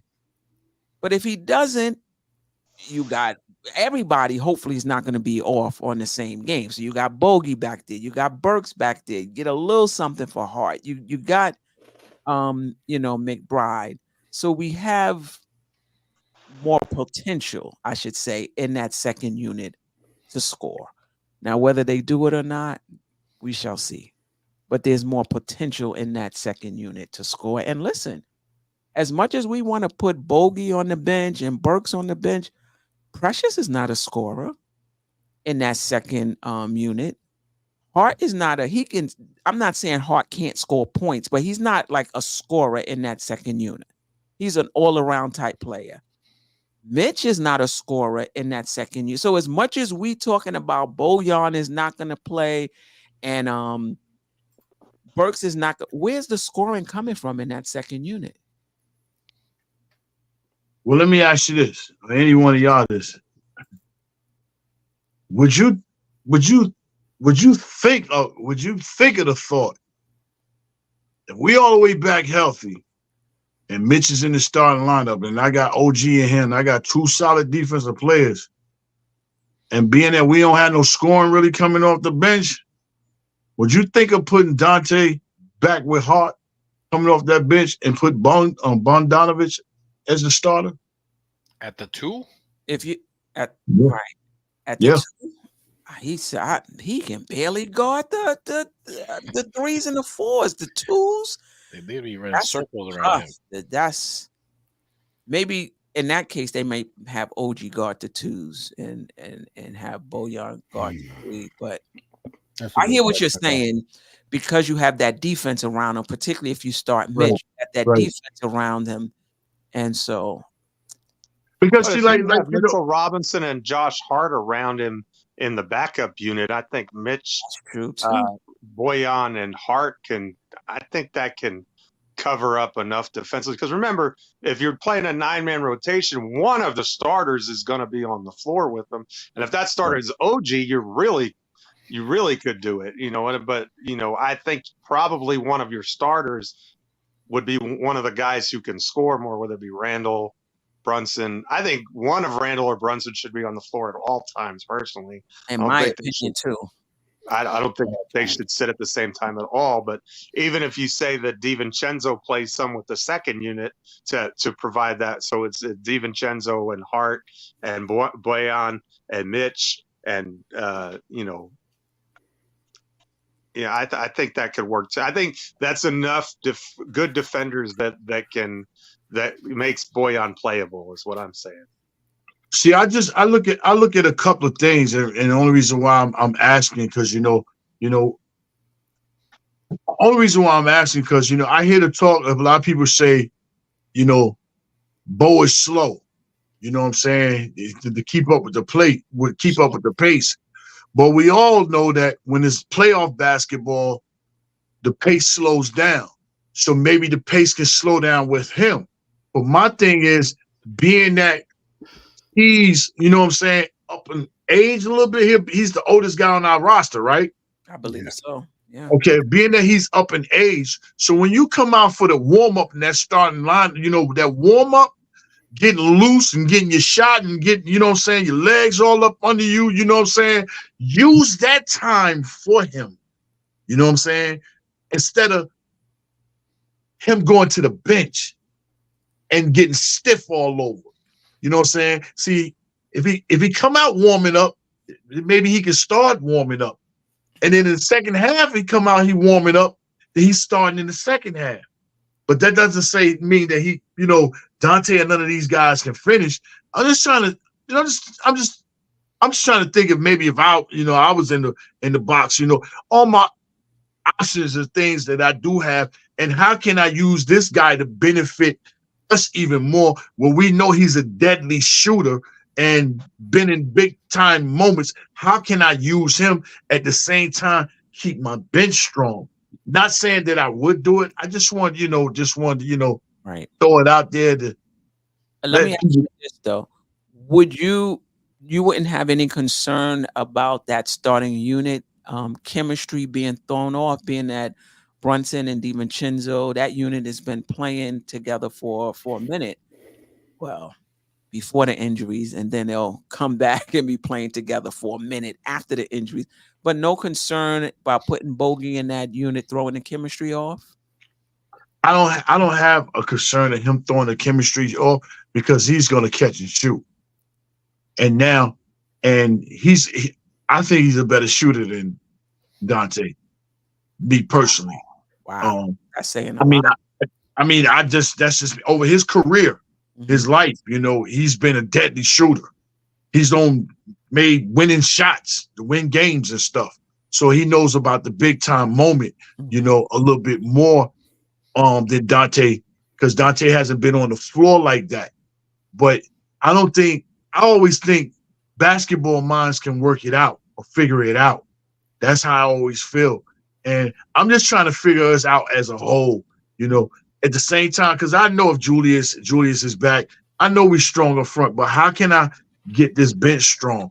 Who's the leader of that right there? And I don't have nobody that really can really get that man a shot if he don't get his own shot off that bench. Right. Those can't do it. I don't know what Burke's going to do. Right. So maybe, a couple of them cross-court passes, Julius been hitting Grimes, he couldn't make them. How he started getting Dante, getting his shots. When OG came, he was hitting him. And the same thing with Brunson, I don't know. I'm just, No, I hear what you're saying, but listen, this is one of the things that we talked about. It might have been on the Queens court. We might have talked about it here as well. How not getting a backup point guard can come back to bite the Knicks in the butt. Hopefully that won't be the case. But it's possible it could come back and bite the Knicks in the butt, because as well as McBride is playing, he's still growing. He's still growing in his role. This is the first year he's gotten consistent minutes. You know what I mean? And then you're going to ask him in the playoffs to back up Brunson and do it well. I think that's a big ask. I'm not saying he can't do it. I just think it's a big ask. And I think the Knicks should have gotten a veteran backup point guard on this bench, because we wouldn't be talking about who's going to get shots for Bogey. Well, we do have one, but are they going to use him? Or did they just get him playing chess so nobody else would get him? But he's not really a playmaker, though. He's more of a scorer, right, Shake? No, Shake can handle the rock. Shake can withstand you full court pressuring him and get the ball up court. Deuce, he's almost an 8-second count if somebody pressure him in the backcourt to bring the ball up the court. You know what I mean? So I don't really want Deuce running the offense. And like you said, did we miss out on getting a point guard? But that's to be determined. If we should have had old boy over here, DeJounte or whatever, you know what I'm saying? But I think we do got somebody, but are you gonna play him, or you just got him over here on this team so no other team would have picked him up himself? And you putting all these Detroit guys together. What are you doing? I know why. I know the main ingredient for why they wanted Bo over here. I know the main ingredient for that, because that's the phone call to letting them know, yo, I'm over here with you too, brother. For that's to be determined. I'm just talking about Spider, yo. Right. But I can see what they thinking though. You know what I mean? I get over here, I might have one over here. Yeah, I think, McBride, because of, again, he's still learning a position. And then we thought Burks could probably handle a few minutes at point guard, but he come in looking like the Energizer Bunny. Like he in there like a video game, like just running all around. Like, what are you doing? So for me, and I've said this before with Burks, it's not even the poor shooting, it's his poor process. His floor game is just not good at all. You know? And so those non-Brunson minutes have been. I haven't looked at the stats lately, but I know it was a issue, a few games ago. I haven't looked at him lately, so I'm not sure if it's still an issue. I'm doing best impersonation of, Aggie, real quick. I hope y'all hitting the like buttons. If you hadn't hit it yet, make sure you please hit the like button. Shout out to there's some big names out there. I see Ron Still, Knicks fan. I seen Nick Energy. I seen him out there, Corey Lee. And I seen a whole lot of other people out there, hanging out. The time was hanging out with us. Yeah, shout out to JL. People hanging out, rocking, man. 2 different days, because it's after 12 o'clock right now. Queen cooking breakfast, y'all. I don't know what's happening. For real, J Book. We have 130 people watching, and we can't get to 100 likes, man. Come on, y'all. Just support the channel. It's free. It's easy. If you want to listen, if you don't want to hit a like and you want to buy me a cup of coffee, listen. Scan the Q code right there. Buy me a cup of coffee. Shout out to A-Train, Lady and the Chef, the Art Man formerly known as Steve, Pam Willis, all of those, and tonight, Mark Odom. I hear my memory. Okay, now Mark Odom. Queen on her game tonight, boy. She said, "What condition?" And the Art Man formerly known as Steve bought me 10 cups. Pam bought me 5. I appreciate all of you. You're gonna have the jitters, Queen. That's a lot of coffee. I'm gonna say that's gonna be my Miami money when I go to Miami. I'm gonna say this is the money from the chat, from the channel that supported me. I'm gonna spend that while I'm in Miami. I appreciate you guys. But be honest with you, nobody's supporting you. People are appreciating your work. And when you put in work like you put in, people are appreciating. They're going to do things for people like you so you can go and be places to let you know how we appreciate what you do, And it's a lot of podcasts. They getting love and appreciating, you know what I'm saying? Because for what y'all do, come up on this screen and hold it down and do what you do, you know what I'm saying? That's tough, trying to come up, with the questions, the shows, and all that. Between your professional careers that you have. To the people in the chat, I don't want y'all to think that people that be up on these panels and we be hosting these shows don't have professional careers outside of this. This is just something else that they do outside of, what they do professionally with the love of what the sports team that they like. So we appreciate you, Queen, and going and doing what you do. That's why you're going to Miami, girl. Yes. I'm super excited. About that as well, and that's bring Kenny Payne back. Yeah, he was let back. He was let go from Louisville, so go get him. We need X's and O. Next year, sign Ryan. Bring Ryan back. Let him start learning how to be assistant coach because that dude got a bright future coming. I already know it. As far as coaching, he was doing a lot of things for us. You know what I'm saying, with that book and them pens and everything. When people was thinking, he shouldn't play, how you get on this roster and all that. When I start finding out some of the things that he was doing, I understand what type of person he can become, which is a coach inside this league one day. Shout out to Ryan, man. Yeah. We just ain't balling with you. Right. We got 91. Let's try to get to 100. We got 159 in the chat. We got 91 likes. If you appreciate thanks for spending your Friday with us, y'all. That's awesome. Yeah, definitely. And Saturday. Hit that like button. And Saturday. And Saturday, right. Old head, I appreciate the super sticker. I appreciate you. I appreciate all you guys, rocking with us tonight. Anybody have a so I'm finished pretty much with all of the questions that I have. Oh, let's talk about the upcoming schedule. Every he used that whole toner cartridge. He gotta bring it up every show. You gotta bring it up. Make good use of it. Every week you pull out that pamphlet, man. He had it mailed to him. Yeah. Who we got? We got Golden. We got We got Sacramento, Golden State, and who else? Denver. Before the next one, we have 3. Yeah, those are only. We come home to Brooklyn after that, I think. Yeah. Next We come.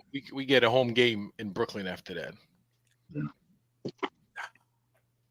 When did they say Randle was coming back? Yeah, They didn't. hopefully tomorrow. Okay. Yesterday. Let him come back. Where's And then OG Jerry is Spitz? questionable. Jerry Spitz will tell us, and he'll guarantee it. Right. And OG is questionable. Yep. So I hope he plays. we got the Kings, the Warriors, and the Nuggets. That's a tough. That's a tough. We all we on the road. I know, That's we tough. win in that Warriors game. If OG Anunoby plays, we beating the Warriors. Okay. I hope you're right. I do know this for a fact, and I'm gonna kind of try to think maybe this what Rick would say. You know, you can't put up those numbers against Portland and don't put up numbers over here against Sacramento. Don't put up numbers against Golden State. Don't put up numbers against Denver. And the numbers don't have to be as huge if you hitting other stats and other categories of the other game and we're winning. Portland 45, man, them bums. And he shouldn't have had to have scored 45, especially coming off a game against Philly when we had six guys in double figures. You know what I'm saying? To me, I was heated about that. Everybody else, people they cheering, rooting, yeah, he's 45. That don't mean nothing.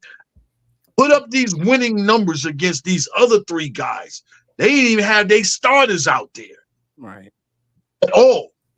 And he shouldn't have that dig that far down in his bag for us to get a W. Right. Everybody should have been hungry. Right. Everybody. Yeah. We Like shot poorly and still won by 12. That was pretty.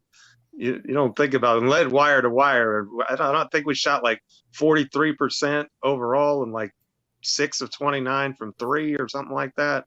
We did not have our best shooting performance at the Rose Garden. we're not in my opinion, we're not coming out as sharp as I would like us to be, but it could be, it's we're getting late down, later into the season. Maybe that has something to do with it. Players are nicked up. That may have something to do with it. The rotations or, off, that may have something to do with it. But I don't feel a sense of urgency from the Knicks, though. But they play hard, So Coming down court doing a fake reverse windmill layup spin. It scared me half to death, man. It scared me, man. What are you doing? Yeah. What's your thoughts on what do you think we're going? 3-0, 2-1, 1-2? Ajay, you go first. We know what you're gonna say. No, I'm not gonna say 3-0. I'm gonna say 2-1. Okay. Listen, last week I said 3-1. I don't know which was the one. Remember that? And I was like, I don't know what that one's gonna be, man. It was Philadelphia, man. I thought it was gonna sweep Philly. I don't know. We're gonna go 2-1. I don't know who that one is gonna be. We're probably gonna lose to Denver because Denver, we're probably not gonna sweep Denver this year. Yeah. So we don't beat them 3 straight. They looking for us. Yeah. So we probably that's probably gonna be that one. I'm gonna say we beat Denver. Yeah. Because we got 3 days off between the Warriors and Denver. Then we going 3-0 if we beat Denver. We got 3 days off. Yeah, we play Monday and then Thursday. Hey, what is Uncle Rel, what is Denver's schedule though? Oh, let me check. I check Denver's schedule. They play Sunday, the Mavericks, Tuesday, the Timberwolves, and then us. So they played Dallas and Minnesota. So they only have 2 games between now and Thursday. So we play Saturday, Monday. They play Sunday, Tuesday. So not much difference. Yep. Except they're at home. So both teams will be rested. Yeah, both teams will be rested, but I like our chances rested. Wow. And hopefully Julius Randle will be back. That's a whole nother week. Yeah. How does Randle look his first game back, though? I'm better than Precious. Okay, touche. All right. But yeah, I don't expect him to be Randle. You know what I'm saying? But he'll at least, he have at least a little gravity towards him. But I don't expect him to be like All-Star Randle yet. I think if OG plays and is reasonably healthy, I think we go 2-1. If OG has to miss time, I think we're going to be 1-2. Yeah. And I don't know what the answer is to that question. Big Nick. Mitch coming back. Ask y'all another question, man. Is Brunson really not getting calls, or is it the referees really missing calls with him? I think it's a little bit of both, man, to be honest. Like he's so aggressive going to the basket, you can't call it every time. They're not going to do that. So a lot of times he does get hit and they don't call it. So I see his frustration. But I see him bringing the ball up court. They're really hounding him. Roughing him? Roughing him up, you know what I mean? And when he start, nudging and pushing off and bang, I do see that they are not calling that. They're allowing him to defend himself. But my thing is, why are you allowing that bully ball defense to be on the guy and not just making a call? That's why I wonder, is he really getting fouled or are they just not making the calls? They're not making the call. He getting banged up and fouled. That's what I thought. A lot.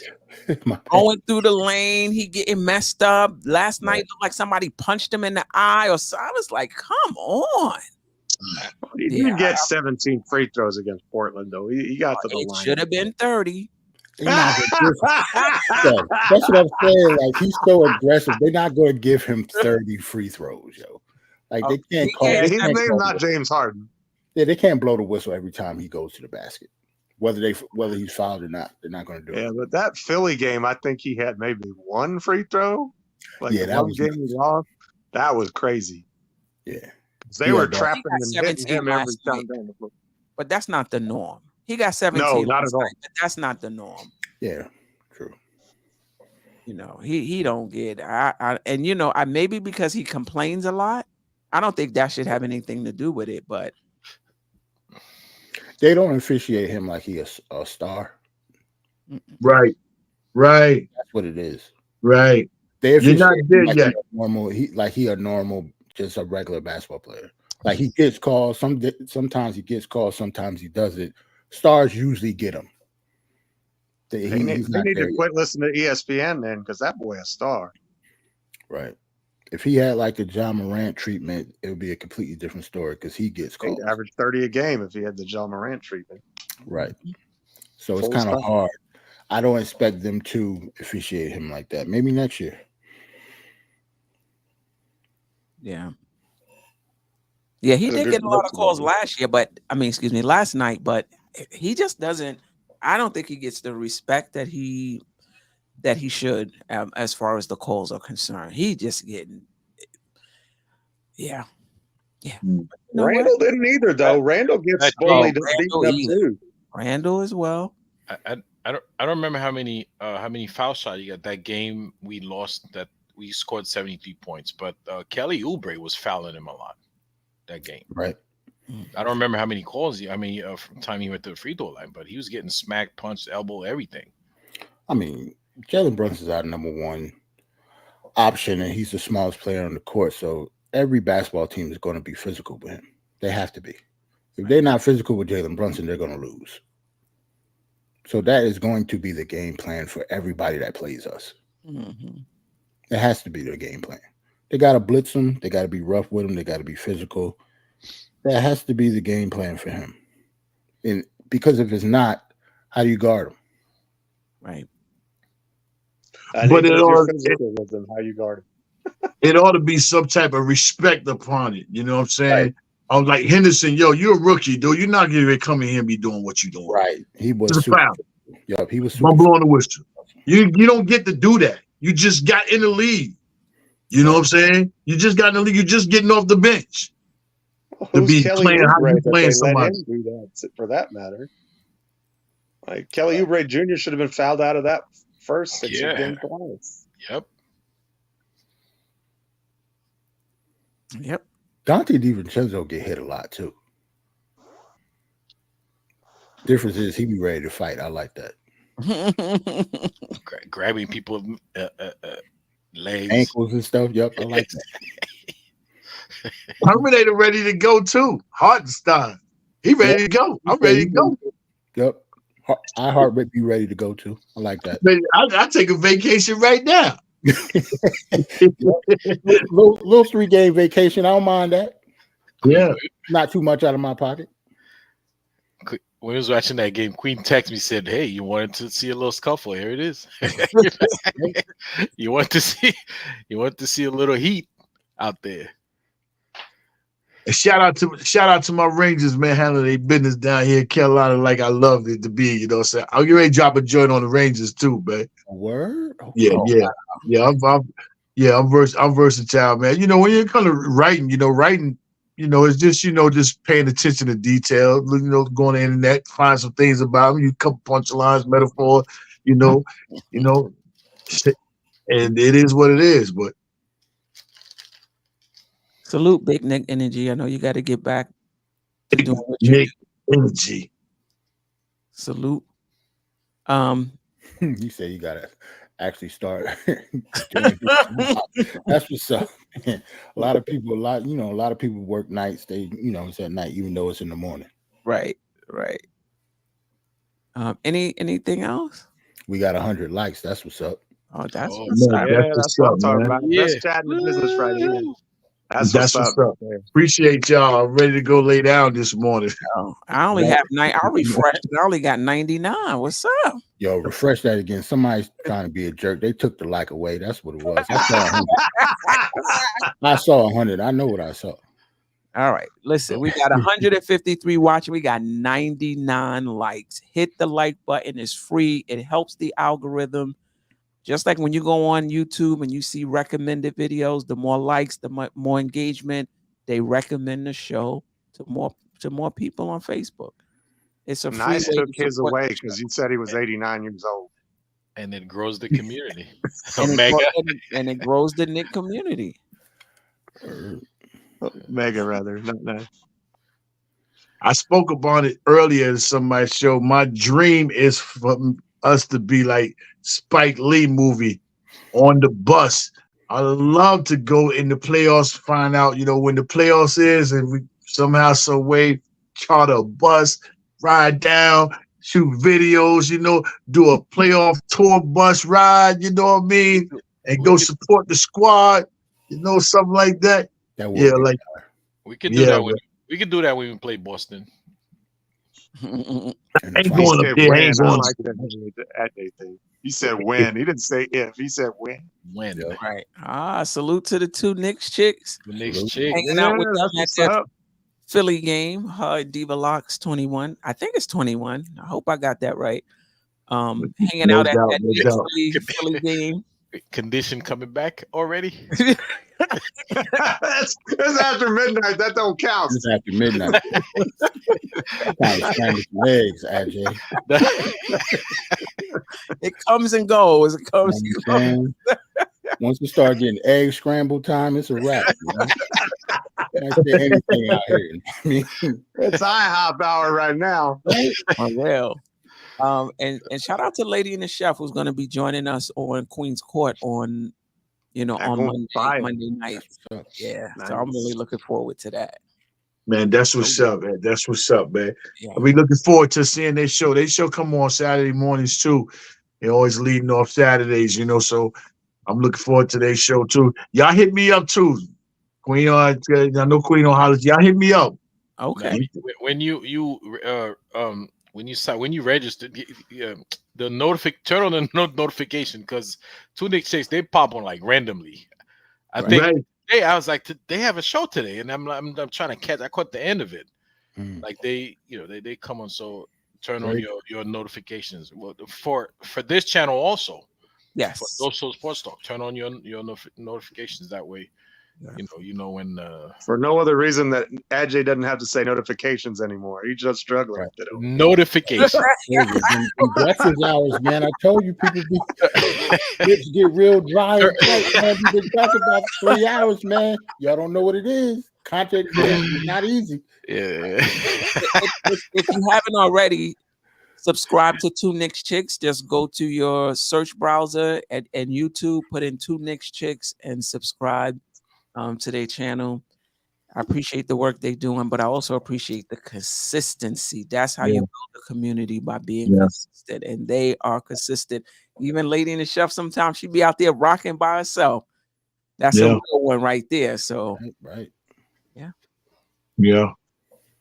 And you know how she do. She make you think she said the best thing you ever said. She said, "You the dumbest person on the planet." You just like, yeah, that's Sure. You're like, thank you. yeah, Thanks, lady. she real smooth with it. Yeah. She is. Yeah, for No sure. doubt about it. Any last words? Well, thank you once again, Queen. You're the best. This doesn't happen without you. Yes, great questions. You got a great panel. Jay Boogie, it was so good to hang out with you, man. Your joint is fire, man. You're just such a talented rapper. It's just such a blessing to be able to share and enjoy your music, man. And Jarrell and Ajay, you just complete the Happy Meal, man. On the fries, that's what's up. Right. Everybody loved the fries, Jarrell. Don't get mad. I Hey, didn't call you Ajay, an apple crisp or nothing. I'm the You sweet apple and sour. slices. I'm the dip sauce. I'm the sweet and sour sauce. I would say Ajay the apple slices. That's what's up.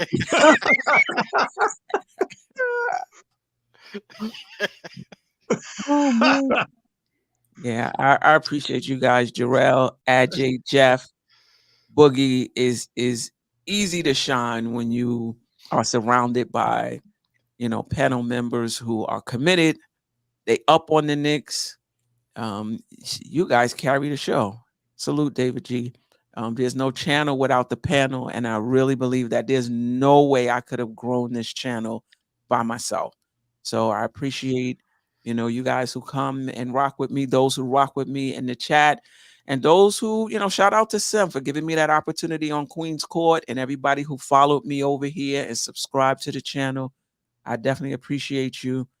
And I'll be on more. I'm life, like Boogie said, we holding full-time jobs and going to school, doing trainings, leveling up, family.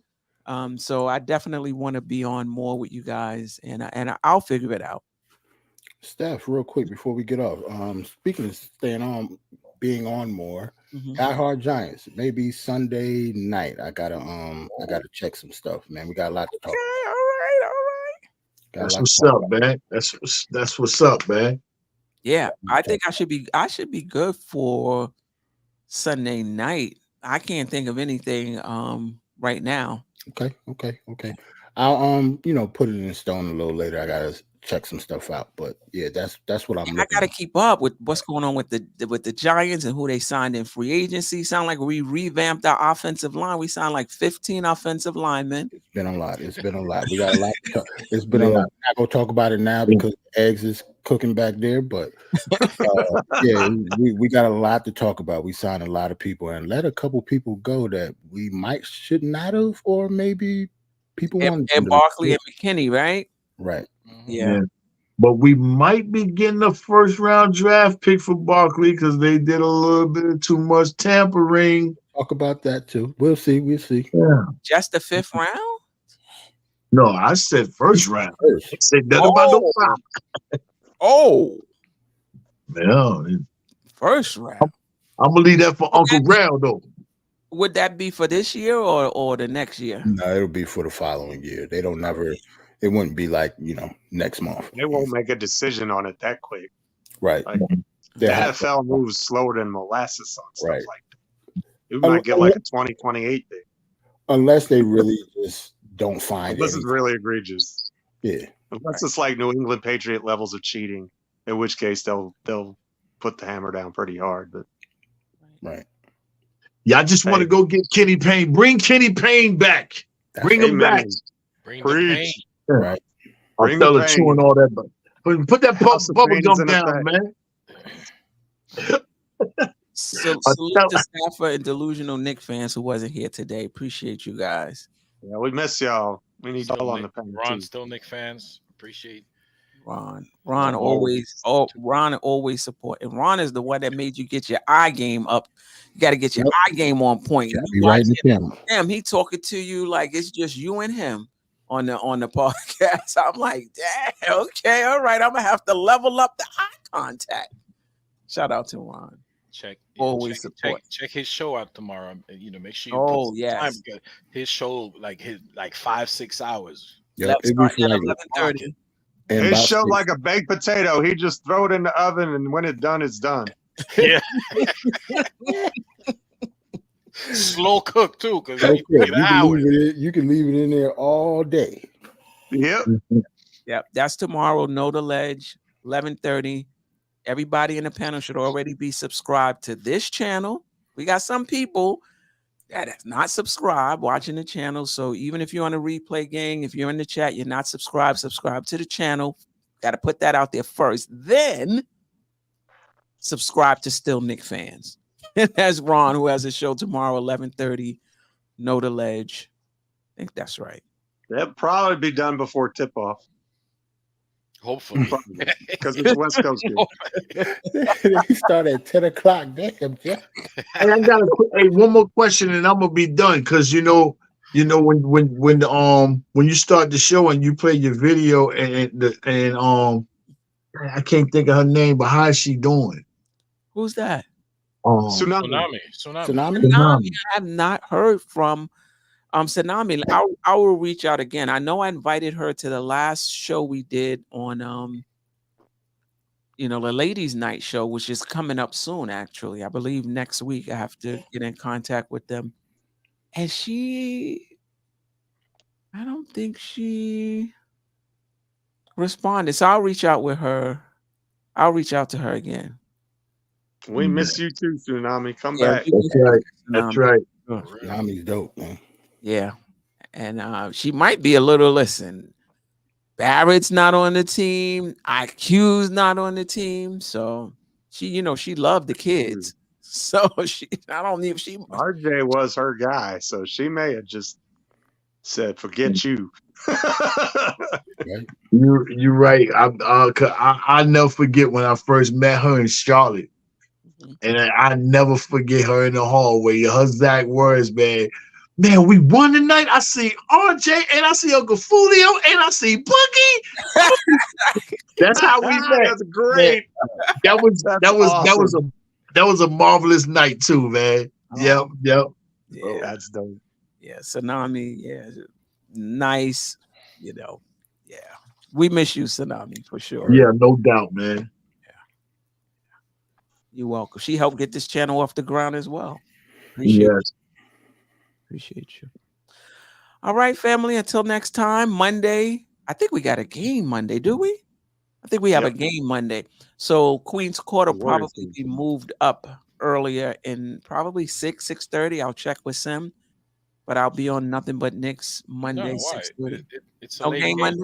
It's a late game. It is a game, but it's West Coast, so it probably 10 o'clock game. Oh, we can still we'll still be on 8:30. Yeah. Yeah. Still 8 same o'clock. time, be finished by 10. Yeah. Okay. All right.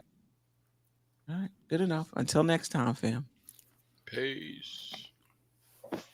You tune in, that means you're feeling the vibe. The bell rung, you already been subscribed. Right now, the queen, she on live. Please pull over the whip, no phoning when you drive. Dope soul, sporting with the talk. First lady from New York, Brooklyn. All my people, you rocking with the chat. Hit that. The like button would tell me where you at. You know, step from the MBK. Born and raised up MBK.